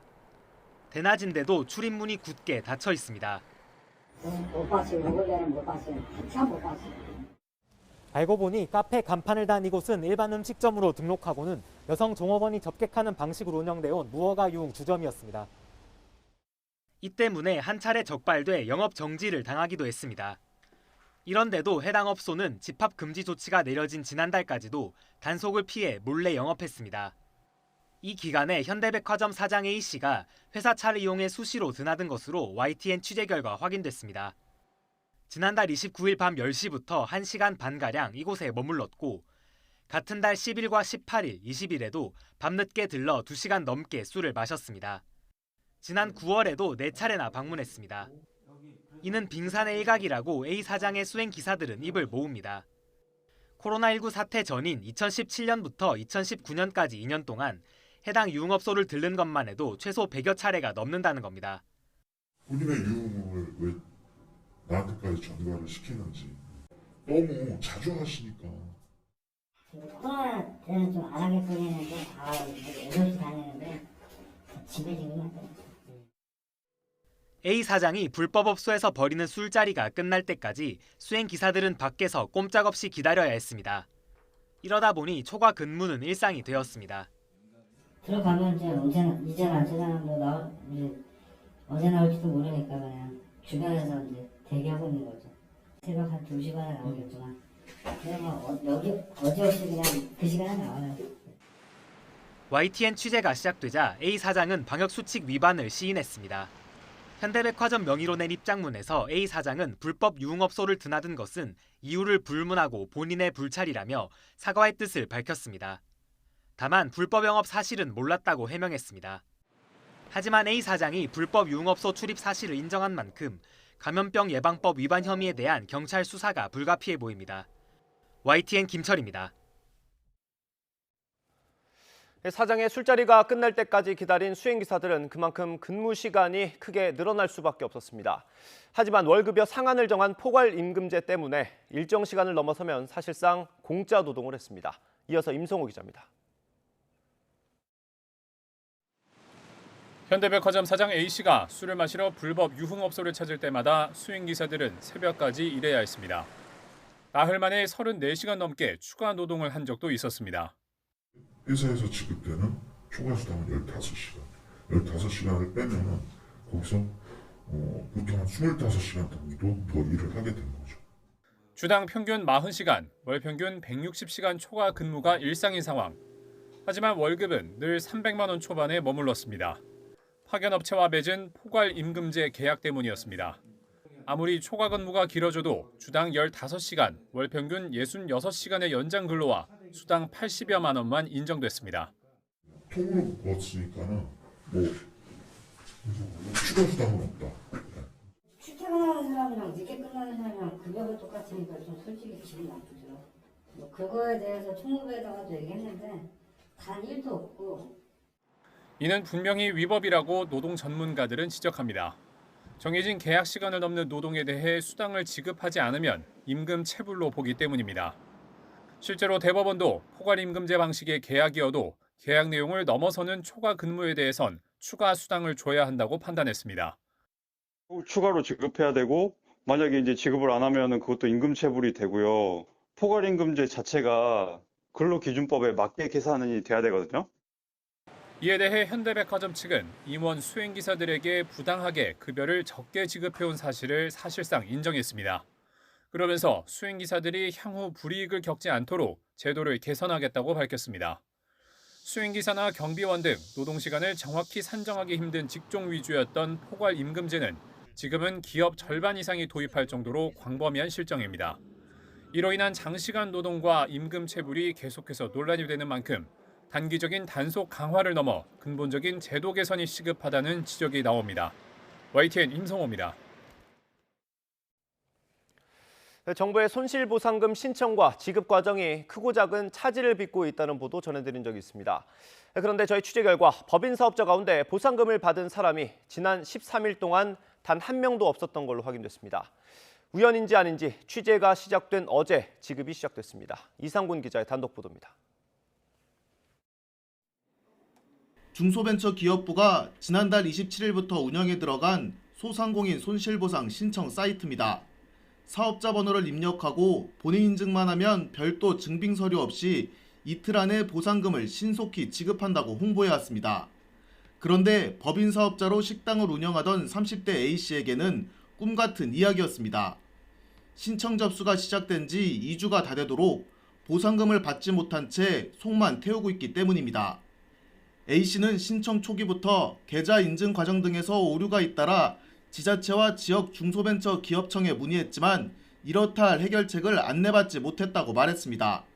지난 6일 간신히 보상금 신청을 마칠 수 있었는데 이번에는 신청 내역이 조회되지 않는다는 답변을 들어야 했습니다. 접수를 해놓고 기다렸던 것들은 데이터가 없다고 하는데 다들 모른다고 하니까 그냥 무작정 기다리게 만들고 어떠한 공지도 없고 어떠한 안내도 없다 보니까 그냥 바보 돼서 기다리는 것밖에 없거든요. 그런 부분들이 지금 가장 힘들고 아쉽죠. 소상공인들이 모여있는 인터넷 커뮤니티에도 법인 사업자들의 답답함을 호소하는 글들이 넘쳐납니다. 신청 이력이 확인되지 않거나 지자체 문의에도 답이 나오지 않는다는 등 A씨와 같은 불편을 겪었다는 내용입니다. 취재 결과 자영업자가 아닌 법인 사업자에 대한 소상공인 손실보상금 지급은 신청을 시작한 지난달 27일부터 13일 동안 단 한 건도 없었습니다. 중기부는 개인 사업자와 달리 법인 사업자는 기업 규모를 따져 보상 대상자를 확정해야 해서 시간이 걸렸다고 해명했습니다. 또 지급이 늦어지는 사유를 지난 3일부터 신청자들에게 추가 안내 메시지로 알렸고 전체 공지를 안 한 부분은 사려 깊지 못했다며 사과했습니다. 결국 이틀 걸릴 거라던 법인 사업장에 대한 보상금 지급은 2주 만에 겨우 시작됐습니다. 각종 문제로 보상금 지급이 약속보다 늦어지고 그에 대한 충분한 설명이 이루어지지 않으면서 소상공인을 위한 손실보상은 말만 신속보상이 되고 말았습니다. YTN 이상군입니다. 국민적인 공분을 샀던 LH 땅 투기 사태 이후 재판에 넘겨졌던 LH 직원이 1심에서 무죄를 선고받았습니다. 재판부는 혐의가 입증되지 않았다면서 이례적으로 검찰 수사를 비판했습니다. 황보혜경 기자의 보도입니다. LH 땅 투기 의혹 핵심으로 꼽히는 정모 씨는 지난 2017년 LH 광명시흥 지역 도시개발 업무를 담당하며 땅 투기에 나서 부패방지법 위반 혐의로 구속 기소됐습니다. 당시 17,000여 제곱미터를 지인들 명의를 빌려 25억 원에 매입했는데 지난 2월 3기 신도시 개발 예정지로 지정되면서 4년 만에 102억 원까지 올랐습니다. 오늘 혐의 어떻게 소명하셨나요? 내부 정보 이용 투기 혐의 인정하십니까? 하지만 법원은 1심에서 정 씨와 지인 2명 등 3명에 대해 무죄를 선고했습니다. 재판부는 정 씨 등이 부동산을 취득한 시점 등을 보면 투기 범행에 대한 강한 의심이 든다면서도 범죄가 증명됐다고 볼 수는 없다고 말했습니다. 검찰이 공소 사실을 언급한 대로 정 씨가 LH가 직접 사업을 시행할 거란 정보를 알았다고 보긴 어렵단 겁니다. 재판부는 이례적으로 수사 과정의 허점에 대해서도 조목조목 지적했습니다. 검찰은 2017년 2월 회의에서 정 씨가 LH가 직접 참여한다는 미공개 정보를 습득했다고 주장했지만 재판부는 증거조사 결과 당일 회의에서 관련 내용이 논의됐다고 볼 만한 증거가 없다고 판단했습니다. 또 검찰은 당시 회의와 관련된 주요 증인은 조사하지도 않았고 당시 회의에서 언급된 통합개발 필요성 등은 내부 정보에 해당할 여지가 있는데도 정작 검찰 공소장에는 빠졌다고 지적했습니다. 그러면서 검찰이 공소장에 적은 내용을 재판부 직권으로 다른 정보로 바꿔 범죄 혐의를 인정할 수도 없다고 비판했습니다. 검찰은 1심 판결에 대해 판결문을 검토한 뒤 항소 여부를 결정하겠다는 원론적인 입장만 밝혔습니다. 하지만 국민적 공분을 샀던 LH 직원에 대해 무죄 선고가 나온 데다 수사의 허점에 대해서도 지적을 받은 만큼 부실 수사란 비판을 피하긴 어려울 것으로 보입니다. YTN 황보혜경입니다. 대검찰청 감찰부가 출입기자단과 대검 대변인이 통화하는 공용 휴대전화를 압수해 분석한 사실이 알려져 언론 사찰 논란이 일고 있는 가운데 김호수 검찰총장이 경위 해명을 요구하는 기자단과 마찰을 빚었습니다. 김호수 검찰총장은 어제 오후 충북 진천 법무연수원에서 열리는 전국 검사장들과의 회의에 출발하기에 앞서 대검청사 총장실 앞에서 면담을 요구하는 출입기자단과 1시간 가까이 대치했습니다. 이 자리에서 기자단은 대검 감찰부의 공용 휴대전화 압수 사실을 미리 알고 승인했는지와 함께 언론 사찰 소지가 다분한 공용 휴대전화 압수 경위에 대한 김 총장 본인이나 한동수 감찰부장 등 관련자의 추가 설명을 요구했습니다. 올해 초 쿠팡 인천물류센터에서 일어난 직장 내 괴롭힘 사건에 대해서 고용노동부가 직장 내 지위를 이용한 괴롭힘이라고 인정했습니다. 민주노총 공공운수노조 쿠팡물류센터 지회에 따르면 노동부 인천 북부지청은 쿠팡물류센터 노동자 A씨가 진정한 직장 내 괴롭힘 사건에 대해 노조 활동과 관련해 업무 지적을 한 질책은 근로기준법상 직장 내 괴롭힘에 해당한다고 판단했습니다. A씨는 공공운수노조에서 운영하는 노조 홍보 사회관계망 서비스에 가입해 미지급 수당 관련 문의를 올렸다가 현장 관리자로부터 글 내용을 지적받으며 평소 잘 하지 않던 업무에 배치됐다고 주장했습니다. YTN은 전남 담양에 있는 제지회사 한솔 페이퍼텍의 불법 건축물 실태를 보도해드렸는데요. 관리 감독에 소홀했던 담양군의 안이한 행정행위에 대한 질타가 군의회에서 이어졌습니다. 보도에 김범한 기자입니다. 나라 땅을 막아 문을 걸어잠근 뒤 공장 땅처럼 쓰고 80여 건의 불법 건축물까지 적발된 한솔 페이퍼텍. 한솔 페이퍼텍의 불법 실태와 담양군의 소극적인 행정을 조사하기 위한 환경 개선 특별위원회가 열렸습니다. 국유지를 자기 마음대로 자기 땅이나 이렇게 사용하고 길을 그래도 말 한마디 못한 담양군 행정이다 이 말입니다. 사실상 그린벨트 위에 지어지다시피 한 공장에서 수십 년 동안 불법과 탈법이 가능했던 것은 단속을 제대로 하지 않았기 때문이라고 의원들은 질타했습니다. 공장 앞에서 악취 신고를 군청에 하면 공문이 나오기도 전에 공장에서 어떻게 알았는지 민원 담당 직원들이 먼저 출동한다는 주장까지 나왔습니다. 불법이 오래전부터 이미 자행되어 오고 있었음에도 불구하고 행정에서 그런 부분에 대해서 제대로 지금까지 한 번도 제대로 조사하고 단속하고 이러지 않았다라는 이제 그런 부분들이 이 행정에 대한 주민들의 불신을 가져오게 된 계기이지 않을까 싶습니다. 주차장과 대지 구별 등 기본적인 것도 확인하지 않고 민원 제기에 답하는 등 안양 담양군의 태도도 도마 위에 올랐습니다.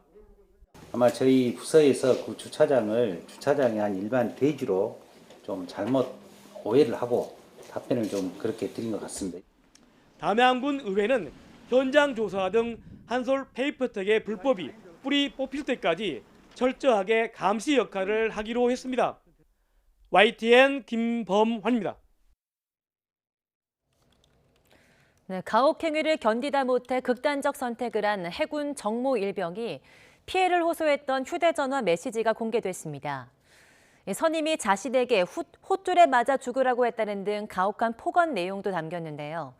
해군은 함장 등에게 관리 책임을 물어 곧 징계위원회를 열 예정입니다. 보도에 신준명 기자입니다.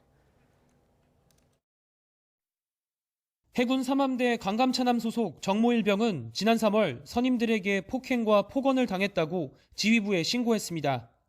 하지만 3개월 뒤 결국 극단적 선택을 했는데 복무 당시 지속적으로 피해를 호소했던 정일병의 휴대전화 SNS 메시지가 공개됐습니다. 정일병은 신고 당일 A 상병이 자신을 밀치고 욕설했다며 공황장애가 와 머리를 철판에 때리면서 울었다고 함장에게 신고했습니다. 이튿날 해군 훈련병 동기에게는 선임이 자신에게 헛줄에 맞아 죽으라고 했다고 호소하기도 했습니다. 하지만 함장은 정일병을 가해자와 분리하지 않고 강감찬함에서 계속 근무하도록 했습니다. 정일병은 다시 함장에게 가해 선임병들을 마주칠 때마다 구토와 공황 발작 등이 더욱 심해진다고 했고 병영생활 상담관에게는 너무 지쳐서 죽을 것 같다, 아무도 믿지 못하겠다고도 했습니다. 군인권센터는 이 같은 휴대전화 메시지를 공개하면서 함장이 가해자와 피해자를 한자리에 모아놓고 사과하라는 식으로 2차 가해까지 저질렀다며 함장과 부장을 국가인권위원회에 진정했습니다. 인권위는 면밀한 조사를 통해 강감찬남 함장, 부장에게 엄중 징계를 공고하는 한편 피해자를 실효적으로 보호할 수 있는 대책을 마련하게끔 해야 할 것이다. 정일병의 신고와 절박한 도움 요청을 사실상 방치한 강감차남 함장과 부장은 정일병 사망 뒤 조사를 받았지만 여전히 근무하고 있습니다. 해군 관계자는 함장과 부장이 지난 7월 문무대왕함 복귀작전에 긴급 파견된 뒤 2달 만에 복귀하면서 조사가 늦어졌다며 조만간 징계위원회에 회부될 예정이라고 밝혔습니다. 또 해당 사건의 엄중함을 인식하고 정일병 사망과 관련한 병영 악패습 전반에 대해 엄정하게 조사하고 있다고 덧붙였습니다. 가해병사 4명 가운데 3명은 지난 8월 징계 조치를 받았고 1명은 폭행 혐의로 군검찰의 조사가 진행되고 있습니다. YTN 신준명입니다. 시민단체 정치하는 엄마들은 매운급식을 제공하는 병설 유치원이 아동들의 인권을 침해하고 있다며 교육부를 국가인권위원회에 진정했다고 밝혔습니다. 정치하는 엄마들에 따르면 병설 유치원이 있는 초등학교는 유치원생부터 초등학교 6학년까지 같은 식사를 합니다. 다양한 연령의 아동들이 모두 같은 식단으로 식사를 하다 보니 유치원생이나 초등학교 저학년은 급식이 매워 먹지 못하거나 배앓이를 겪는다고 이 단체는 주장했습니다. 이들은 매운 음식을 못 먹는 것은 반찬 투적이나 학생이 고쳐야 할 단점이 아니라며 매운 급식을 강요하는 것은 명백한 인권 침해라고 강조했습니다. 네, 문승욱 산업통상자원부 장관은 우리 반도체 기업들이 제출한 자료는 미국 정부와 공감대 속에 이루어졌다고 밝혔습니다. 그런 만큼 반도체 관련 정보를 더 확보하기 위해서 미국 정부가 법을 동원하는 등 추가 조치는 우리 기업에 해당하지 않을 것이라고 예상했습니다. 워싱턴 강태욱 특파원이 보도합니다. 문승욱 산자부 장관이 워싱턴을 찾았습니다. 하루 전 마감한 반도체 업계의 자료 제출과 관련해 미국 정부와 협의하기 위해서입니다. 삼성전자와 SK하이닉스는 마감일에 맞춰 고객사 등 민감한 정보를 제외한 자료를 제출한 것으로 파악됐습니다. 문 장관은 미국 정부와 여러 차례 논의해 사전에 공감대를 이뤘으며 그것에 맞게 제출한 것으로 안다고 밝혔습니다. 부담이 되는 정보가 제공이 되는 건 문제가 있지 않느냐라는 지적이 많이 있어서 저희가 여러 통로를 통해서 미국 측에 그런 사실을 전달을 한 바가 있고 기업들도 그런 어떤 공감대 하에서 적절하게 판단해서 제공한 것으로 알고 있습니다. 그런 만큼 우리 기업들의 추가로 정보를 내놓으라는 등의 조치는 없을 것으로 예상했습니다. 미국에서는 글로벌 기업 대부분이 민감한 정보를 기밀로 분류하거나 제출하지 않아 국방물자생산법 등을 동원한 추가 정보 확보 필요성이 거론되고 있습니다. 문 장관은 공급망 문제 수급 불일치를 푸는 게 목적이라며 기업의 부담을 최소화하고 한미 간 연결이 잘 되도록 논의할 것이라고 강조했습니다. 양국의 공급망 생태계가 연결이 돼서 좀 글로벌 공급망 자체가 좀 안정이 될 수 있는 이런 논의를 좀 장기적인 방안까지도 이번에 논의하는 계기가 될 것 같습니다. 또 대미 철강 수출과 관련해 쿼터를 더 늘리는 문제에 대해서도 논의하기로 했습니다. 문 장관은 이와 함께 제니퍼 그레놈 미국 에너지부 장관과도 만날 예정입니다. 특히 지난 5월 한미 정상회담에서 합의한 에너지 관련 정책 대화를 그동안 국장급에서 논의해오던 것을 이번에 두 장관이 만나 정식 출범시키는 문제도 논의할 예정입니다. 워싱턴에서 YTN 강태욱입니다. 네, 올가을 들어 가장 추운 아침이 찾아왔습니다. 현재 지도에 푸른색으로 표시된 내륙을 중심으로는 5도 안팎을 보이고 있고요. 경기와 강원 일부 지역은 영하권까지 기온이 떨어졌는데요. 현재 설악산의 기온은 영하 10.5도, 파주는 영하 1도, 서울은 영하 0.7도로 어제보다 2도가량이 낮습니다. 현재 하늘 표정은 흐린 가운데 서쪽 지역 곳곳에 비가 내리고 있습니다. 오늘과 내일 산발적인 비나 눈이 계속되겠습니다. 경기 남부와 강원, 충청 이남에 5에서 20mm가 되겠고 서울은 오전 사이 눈이 날리거나 빗방울이 떨어지는 곳이 있겠습니다. 대설주의보가 내려진 제주 산간에는 최고 8cm의 눈이 내려 쌓이겠습니다. 한낮에는 찬바람이 강해지면서 종일 쌀쌀하겠습니다. 오늘 서울 낮 기온은 7도, 대전은 9도, 광주와 대구 11도에 머물겠습니다. 금요일 아침에는 때이른 추위가 절정을 보이겠고 주말 오후부터 이맘때 기온을 회복하겠습니다. 지금까지 날씨 정보였습니다. 네, 수령 800년이 넘은 거대한 은행나무가 천연 기념물로 지정된 것을 기념하는 축제가 열렸습니다. 손상된 가지 없이 균형이 잘 잡힌 고목을 마주한 등산객과 주민들은 코로나19 걱정 없이 모두 무병장수하길 기원했습니다. 보도에 이기정 기자입니다. 수령 800년에서 850년으로 추정되는 인천 장수동의 은행나무. 넓은 그늘을 들이우고 있는 높이 30m, 둘레 9m의 웅장함에 사람들은 감탄합니다. 해마다 마을에 풍년이 오고 애군이 물러가길 기원하는 당제가 열리던 이 지역의 랜드마크입니다. 저희 할아버지, 그리고 아버지, 저까지 포함해서 3대째 마을의 이제 그 풍년 기원과 이제 애군을 기원하는 이제 은행나무 당제 고사를 여기서 이제 지내왔습니다. 이 은행이 국가지정문화재 천연기념물 562호로 지정된 것은 지난 2월이지만 코로나19 방역으로 축제가 연기되다가 사회적 거리두기 완화에 따라 뒤늦게 축하 행사가 열린 겁니다. 많은 지역 주민과 등산객들이 모처럼의 야외 공연과 기념 행사에 관심을 보였고 마스크를 제외하면 예년과 다름없이 들뜬 분위기입니다. 평소 환경 문제에 관심을 갖고 활동을 해오던 유명 배우도 문화재청의 제1호 자연유산 홍보대사로 위촉됐습니다. 오늘 같은 행사를 통해서 자연유산이 많이 지정되고 또 야생동물이 다시 돌아올 수 있는 기회를 갖는다면 정말 뜻깊을 것 같아요. 손상된 가지가 별로 없이 균형 잡힌 자태를 간직하고 있는 장수동 은행나무에 대해 관할 지자체는 주기적인 방제와 적절한 영양 공급 그리고 문화재 지정구역에 대한 경관 개선 사업을 추진하기로 했습니다. 매년 음력 7월 1일 열었던 마을 단위의 도당제 행사도 많은 시민이 참여하는 전통 문화 행사로 확대한다는 계획입니다. 지역 주민들과 또 인천 시민뿐만이 아니고 수도권 전체가 모일 수 있는 그러한 관광 명소로 확실히 자리매김할 수 있도록 최선을 다하겠습니다. 주민들은 소래산과 더불어 인천의 대표적 자연유산인 장수동 은행나무가 코로나19를 몰아내고 동네 이름처럼 무병장수를 가져오는 건강지킴이가 되길 고대했습니다. YTN 이기정입니다. 오늘 아침 출근길 사람들이 가장 관심 있는 이슈는 무엇일까요? 매일 아침 관심이 높은 키워드를 골라 전해드리는 오늘 핫키워드 시간입니다.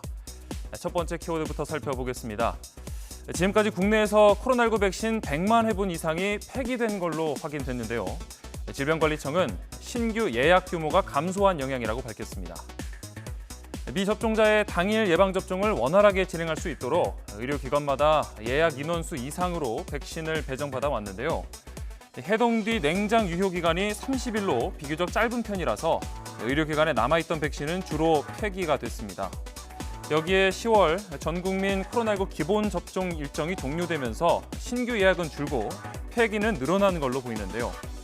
방역당국은 접종 요일제로 효율적인 접종을 진행하고 또 냉동 보관분을 늘려서 폐기를 최소화할 방침이라고 밝혔습니다. 춥고 건조한 날씨가 이어지면서 피부 관리의 중요성이 커지고 있습니다. 그런데 매일 쓰는 화장품에 발암성 물질이 들어있다면 여러분은 계속 바르시겠습니까? 환경운동연합이 국내에서 판매되는 화장품 20종의 성분을 분석해봤더니 절반에 해당하는 10개 제품에서 발암성 물질인 과부라 화합물이 검출됐습니다. 주로 자외선 차단제나 파운데이션, 또 립밤 등의 제품에서 발견이 됐는데요. 과부라 화합물은 잘 분해되지 않고 체내에 흡수되면 면역계 질환을 일으키거나 또 태아에 영향을 미치기도 합니다. 환경운동연합은 미국과 유럽에서 화장품에 사용되는 과부라 화합물을 규제하고 있는 만큼 우리도 화장품 전수조사와 규제가 필요하다고 강조했습니다. 김포국제공항을 떠나 제주로 향하던 대한항공 여객기가 새와 충돌하면서 회항해 승객들이 불편을 겪었습니다. 어제 오후 7시쯤 출발한 여객기는 새와 충돌하면서 이륙 25분 만에 다시 공항으로 돌아왔고 항공기를 교체해 1시간 20여 분 만에 다시 출발했습니다. 당시 항공기에는 39명이 타고 있었는데 한 승객은 이륙할 때 엔진 쪽에서 큰 소리와 진동이 났고 그 뒤로도 10분 이상 정상 비행하다가 갑자기 회항했다고 전했습니다. 누리꾼들은 버드 스트라이크는 몇십 년째 똑같이 일어나는 거 보면 별다른 대책이 없나 보네요. 얼마나 무서웠을까요?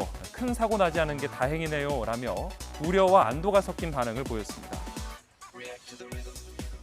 네, 오늘의 마지막 키워드입니다.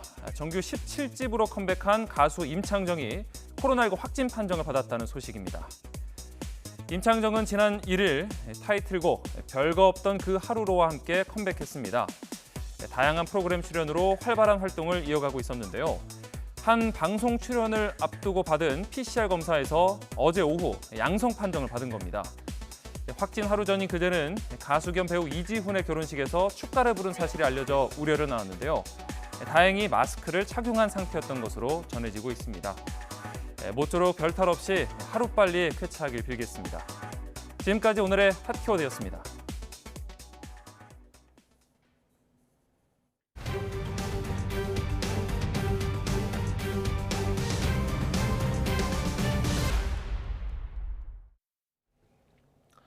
네, 굿모닝 YTN 이어가겠습니다. 내년 20대 대선이 이제 넉 달 정도 앞으로 다가왔습니다.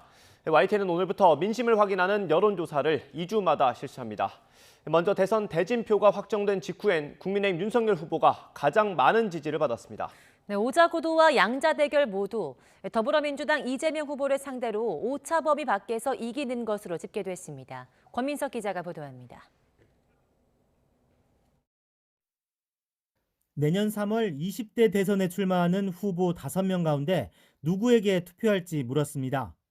국민의힘 윤석열 후보를 찍겠다는 응답이 44.4%, 민주당 이재명 후보라고 답한 34.6%보다 오차 범위를 넘어서는 9.8%포인트 앞섰습니다.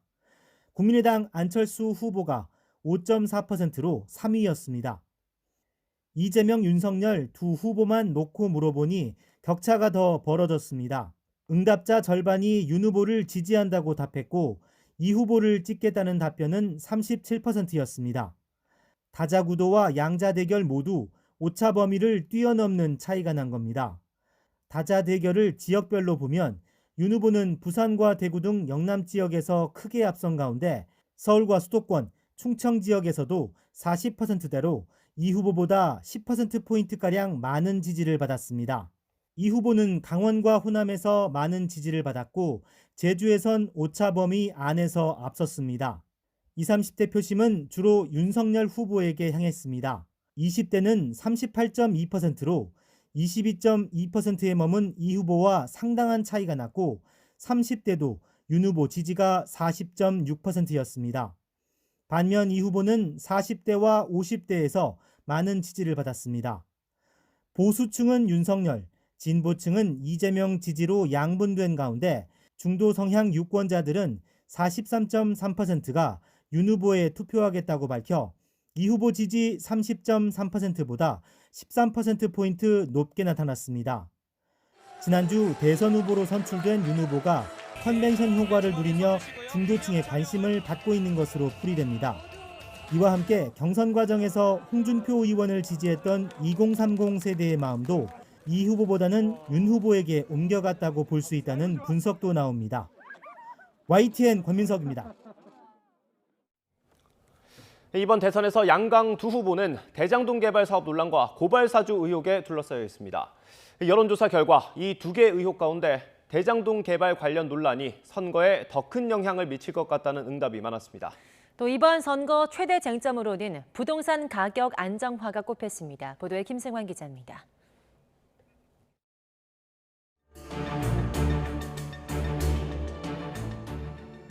민주당 이재명 후보가 성남시장 시절 추진한 대장동 개발 사업 논란과 국민의힘 윤석열 후보가 검찰총장 시절 발생한 고발 사주 의혹 가운데 무엇이 이번 대선에 더 큰 영향을 미칠 것 같으냐고 물어봤습니다.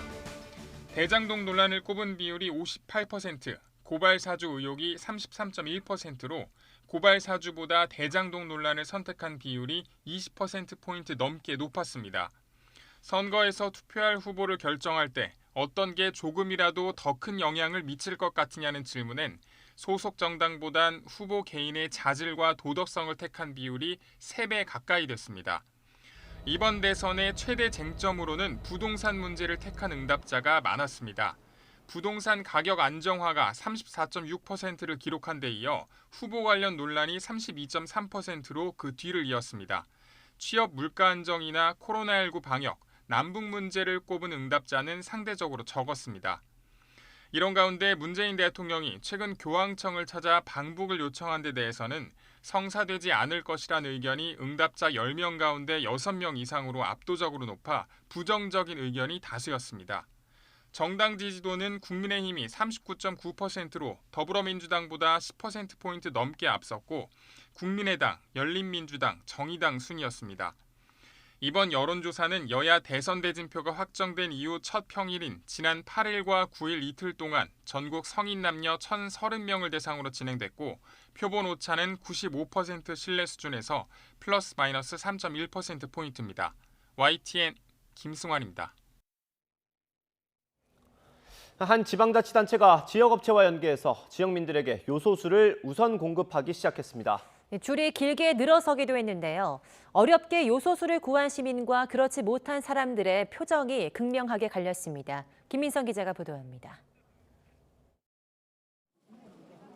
뚝 떨어진 기온에 비까지 오락가락한 오전 시간. 두꺼운 옷차림을 한 시민들이 한 손에는 자동차 등록증을, 다른 한 손에는 말통을 들고 차례를 기다립니다. 요소수 10리터를 위해 맨 앞에서 3시간을 기다렸다는 시민. 그래도 보람이 있어 괜찮습니다. 우리 화물차 세울까 봐요. 우리 애기 아빠 돈벌이 밥 먹고 살아야죠. 그래서 일찍 왔어요. 춥고 막 이렇게 좀 그러시지 않으셨어요? 추웠죠. 그래서 지금 이렇게 입고 왔잖아요. 2개, 3개 입고. 전북 익산시가 지역 내 생산업체와 협약을 맺고 주민들에게 요소수를 판매하는 자리. 하루 판매량은 2,250리터로 10리터들이 한 통에 15,000원입니다.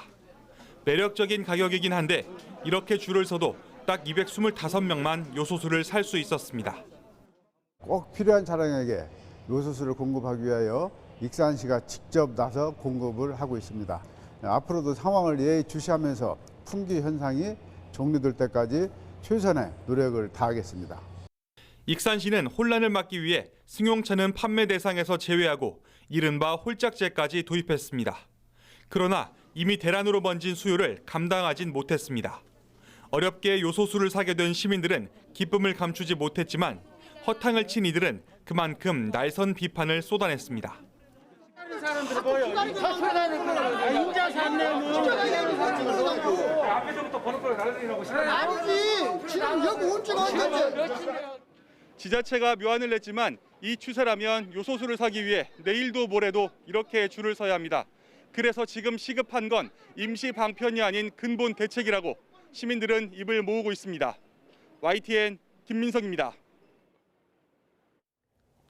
조성욱 공정거래위원장이 요소수 사재기에 대해 엄중하게 보고 있다고 말했습니다. 조 위원장은 어제 국회 정무위원회 전체회의에서 요소수 가격이 10배까지 뛰는 등 매점 매석 행위가 일어나고 있다는 지적에 이같이 말했습니다. 또 공정위가 정부 합동 단속박 외에는 소극적이라는 지적에 대해서는 공정위가 어떻게 협조할 수 있는지 진지하게 고민하겠다고 답했습니다. 네, 코로나19 소식입니다. 어제도 전국 곳곳에서 확진자가 잇따랐습니다. 어젯밤 9시까지 부산을 제외한 전국 16개 시도에서 양성 판정을 받은 신규 확진자는 모두 2,064명으로 집계됐습니다. 이에 따라 오늘 0시 기준으로 발표될 신규 확진자 수는 2,400명 안팎에 달할 것으로 보입니다. 단계적 일상 회복이 시작된 지 열흘 정도 흘렀지만 서민 경기는 아직 체감할 만한 수준까지 회복하지 못한 것 같습니다. 여전히 감염이 확산할 수 있다는 불안감 속에 송년회 예약은 지난해보다 20% 정도 증가하는 데 그쳤습니다. 보도에 박홍구 기자입니다. 서울 여의도 한자리에서만 40년째 운영 중인 이 중국집은 단골이 많아 해마다 이맘때쯤이면 송년회 예약이 넘쳐나던 곳이었습니다. 하지만 올해는 예년의 10%에도 미치지 못하고 있습니다. 지난주부터 위드 코로나가 시작됐지만 저녁 매출이 예상만큼 늘지 않고 있는 것입니다. 11월 한 하순경으로 들어가면은 예약이 좀 더 들어올려나 그런 기대감은 갖고 있지만 아직까지는 한 10% 정도도 안 되는 것 같아요. 근처에 있는 일식집도 기대보다 손님이 많지 않아 종업원을 더 뽑지 않고 고령의 업주가 직접 서빙 일을 보고 있습니다. 생각보다도 기대보다도 너무 안 돼가지고 좀 중단시켜 놓고 우리 집사람과 같이 이렇게 하고 있습니다.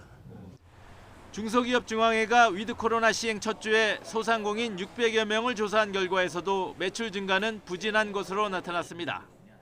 매출 증가가 25% 미만에 그쳤다고 답한 소상공인이 전체 조사 대상의 85%를 차지했고 나머지 15%만 매출이 25% 이상 늘었다고 답했습니다.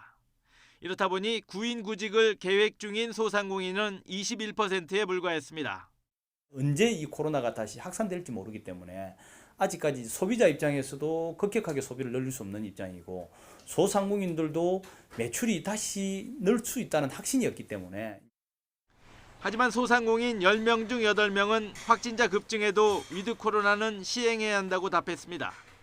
또 확진자 급증이 현실화할 경우 필요한 조치로는 영업시간과 사적 모임 인원 부분 제한이 40%로 가장 많았습니다.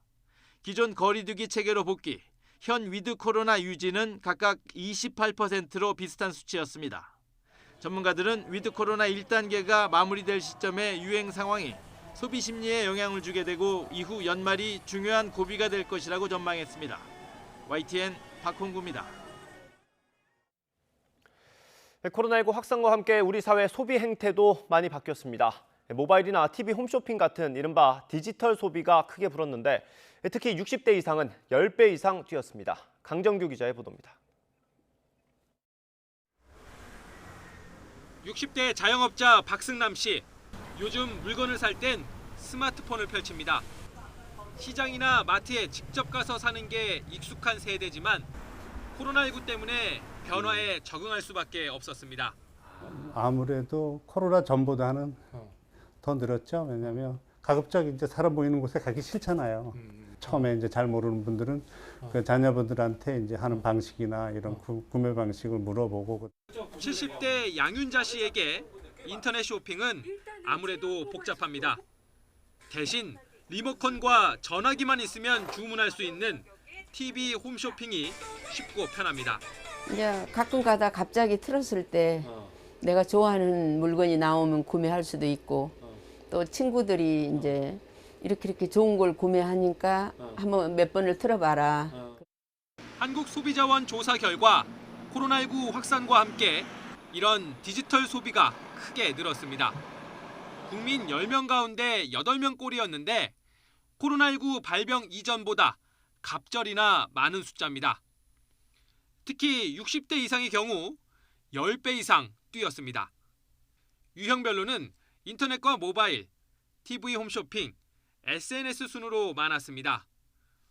올해 처음 조사한 당근마켓, 중고나라 등에서의 개인 간 거래도 16%로 나타났습니다. 디지털 소비가 증가한 만큼 관련 소비자 불만과 문제도 증가하였습니다. 특히 해외 직구에서 응답자의 60%가 소비자 문제를 경험한 것으로 나타났고, 이번 조사는 지난 5월 무렵 전국 성인 남녀 10,000명을 대상으로 방문 면접 방식을 통해 진행됐습니다. YTN 강정규입니다. 대장동 개발 특혜 의혹을 수사하는 검찰 수사팀에서 코로나19 연쇄 감염이 발생한 가운데 확진자가 7명으로 늘었습니다. 서울중앙지검은 전담 수사팀의 주축인 경제범죄 형사부 소속 검사 1명이 추가로 확진 판정을 받았다고 밝혔습니다. 해당 검사는 애초 진단검사에서 음성 판정을 받았지만 재검사 결과 확진 판정이 내려진 걸로 파악됐습니다. 코로나19 위기로 서민들은 위기에 내몰린 가운데 반사 이익을 누리며 재산을 편법으로 물려준 대기업과 사주 일가 수십 명이 세무조사를 받게 됐습니다. 회사 돈으로 리무진을 몰고 미술품 재테크를 하는가 하면 이른바 통행세로 돈을 몰아줬습니다. 보도에 오인석 기자입니다. 국세청이 코로나 경제 위기를 활용해 편법으로 불을 대물림한 대기업과 사주 일가를 정조준했습니다. IT와 부동산 건설, 사치품 등 코로나 호황 업종을 영위하면서 고액급여와 배당, 법인 명의 슈퍼카와 고급 주택 구입 등 반사 이익을 누린 탈세 혐의자가 다수 포착됐습니다. A사는 근무 사실이 없는 사주 일가에 고액급여를 부당 지급했습니다. 사주는 회사 자금으로 구입한 미술품을 수십억 원에 사적으로 매매했습니다. 사주 아들은 회사 돈으로 사들인 고가의 리무진 승용차와 고급 리조트를 마음대로 이용했습니다. 약품 도매업을 하는 C사는 거래처 병원장에게 리베이트를 몰래 주기 위해 병원장 자녀 명의로 회사를 설립한 뒤 통행세 이익을 제공했습니다. 일감 몰아주기 등 자녀법인을 부당 지원한 경영권 편법 승계 혐의자 9명도 세무조사 대상에 올랐습니다. 사주 B씨는 자녀들에게 미공개 내부 정보로 상장 직전의 회사 주식을 취득하게 해 막대한 시세 차익을 얻게 하고 자녀 회사로부터 원재료를 고가에 매입하는 방법으로 부당 지원했습니다. 신종 금융상품을 이용한 변칙자본 거래 등 대기업 탈루 행태를 모방한 중견기업 탈세 혐의자 9명도 포함됐습니다. 세무조사 대상 법인의 사주 일가 총 재산은 9조 3천억으로 최근 5년 새 재산이 30%, 사주 자녀의 재산은 40% 가까이 증가했습니다. 10대 부모 찬스를 통해 법인 주식과 종잣돈을 정여받고 20대에는 일감 몰아주기와 사업기회 제공으로 주식 가치가 급증하였으며 30대에는 고액급여와 배당을 수령하는 방법으로 수월하게 재산을 증식해온 패턴이 확인되었습니다. 편법적 부의 대물림 등 불공정 탈세와 관련해 최근 4년 동안 국세청이 추징한 세액은 9조 원이 넘습니다. YTN 오인석입니다. 전자발찌를 훼손하고 여성 2명을 살해한 혐의를 받고 있는 강윤성이 공소장 내용 일부가 사실과 다르다며 국민 참여 재판을 원한다고 주장했습니다. 서울 동부지방법원은 어제 살인과 강도살인, 사기 등 7개 혐의로 구속 기소된 56살 강윤성의 국민 참여 재판 적정 여부를 심리하는 공판 준비 기일을 열었습니다. 강 씨는 이날 법정에서 1차 공판 당시에는 정신과 약 복용으로 정신이 몽롱했고 다시 살펴보니 공소장에 잘못된 부분이 많다고 항변했습니다. 인천의 한 경찰 간부가 자신이 근무하는 경찰서 주차장에서 음주운전을 했다가 적발됐습니다. 인천 연수경찰서는 음주운전 혐의로 A 경위에 대한 감찰 조사를 진행하고 있습니다. A경위는 지난 6일 밤 12시 40분쯤 술을 마신 상태로 자신이 근무하는 연수경찰서 주차장에서 20m 정도 운전한 혐의를 받고 있습니다. 당시 A씨는 동료들과 회식을 한 뒤 경찰서로 돌아와 대리운전 기사를 기다리다가 정문 근처까지 직접 차량을 운전한 걸로 전해졌습니다.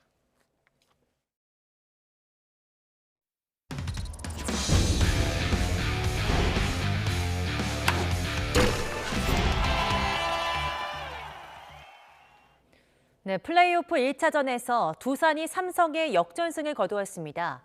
한국 시리즈 진출까지 단 1승만 남겨뒀는데요. 잇따라 만루 기회를 놓친 삼성은 벼랑 끝에 몰렸습니다. 보도 이지은 기자입니다. 추운 날씨에도 2만 명 넘게 모인 대구 관중의 응원 탓인지 두산은 먼저 2점을 내줬습니다. 그러나 가을 야구의 강자답게 2회 곧바로 석점을 얻으며 역전에 성공했습니다. 삼성도 5회와 6회 연이은 만루 기회를 잡았지만 한 점도 뽑아내지 못하며 승기를 넘겨줬습니다. 두산 두 번째 투수 홍건희의 강속구에 번번이 막혔습니다. 처음에는 이제 좀 편하게 하자, 여기까지 올라온 것도 고생했다 이런 마음으로 했는데 이렇게 계속 이기다 보니까 이렇게 좋은 경기 계속 보여드리면 진짜 미라클 두산이 더 될 수 있을 것 같습니다. 네.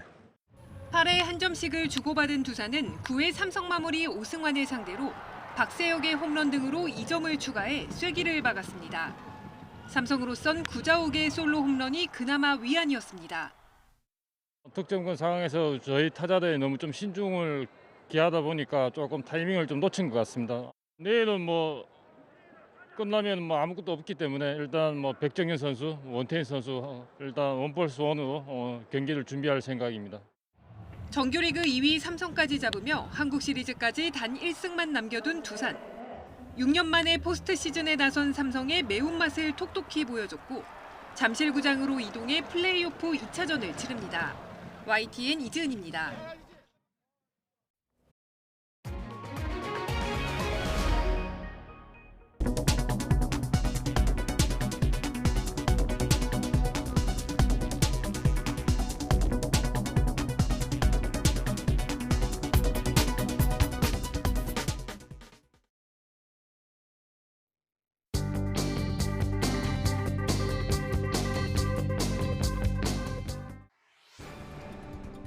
요소수가 끝일까? 특정 국가에 80% 이상 의존하는 수입 의존 품목이 4,000개인데 차체에 쓰이는 마그네슘 인곡과 반도체에 들어가는 산화 텅스텐, 2차 전지 필수품인 수산화 리튬도 우려 대상입니다. 정부가 늑장 대응으로 골든타임을 놓쳤다는 비판도 커지고 있습니다. 중국 수출 규제 3주가 지나서야 첫 요소수 회의가 열렸는데 해외 공간에서 10월 초 이상 징후를 보고했지만 거듭 시간을 허비했다는 겁니다. 정의용 외교부 장관은 왕이 중국 외교부장을 만난 자리에서 요소수와 관련해서는 한마디도 하지 않았다는 보도도 나왔습니다. 조선일보는 세계 각국이 이념과 명분으로 급진적인 재생에너지 정책을 펴면서 탄소 중립 함정에 빠졌다고 적었습니다. 재생에너지가 충분하지 않은 상황에서 화석 연료 사용을 대폭 축소하면서 호주와 중국 간 갈등이나 코로나 회복에 따른 에너지 수요 증가 등에 제대로 대응하지 못했다는 겁니다.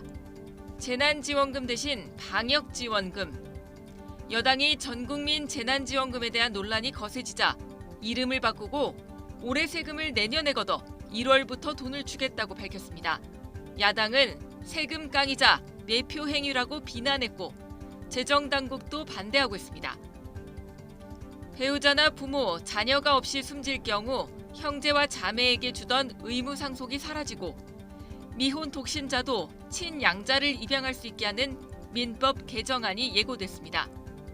고 이건희 삼성전자 회장의 미술품과 문화재를 전시하기 위한 기증관이 서울 송현동에 들어섭니다. 박범계, 조국 구하기 나섰나?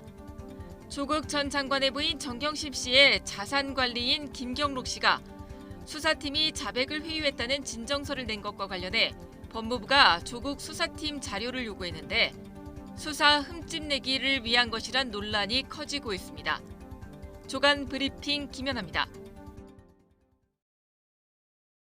이상으로 굿모닝 YTN 마치겠습니다. 잠시 후 YTN 24가 이어집니다. 시청해주신 여러분 고맙습니다.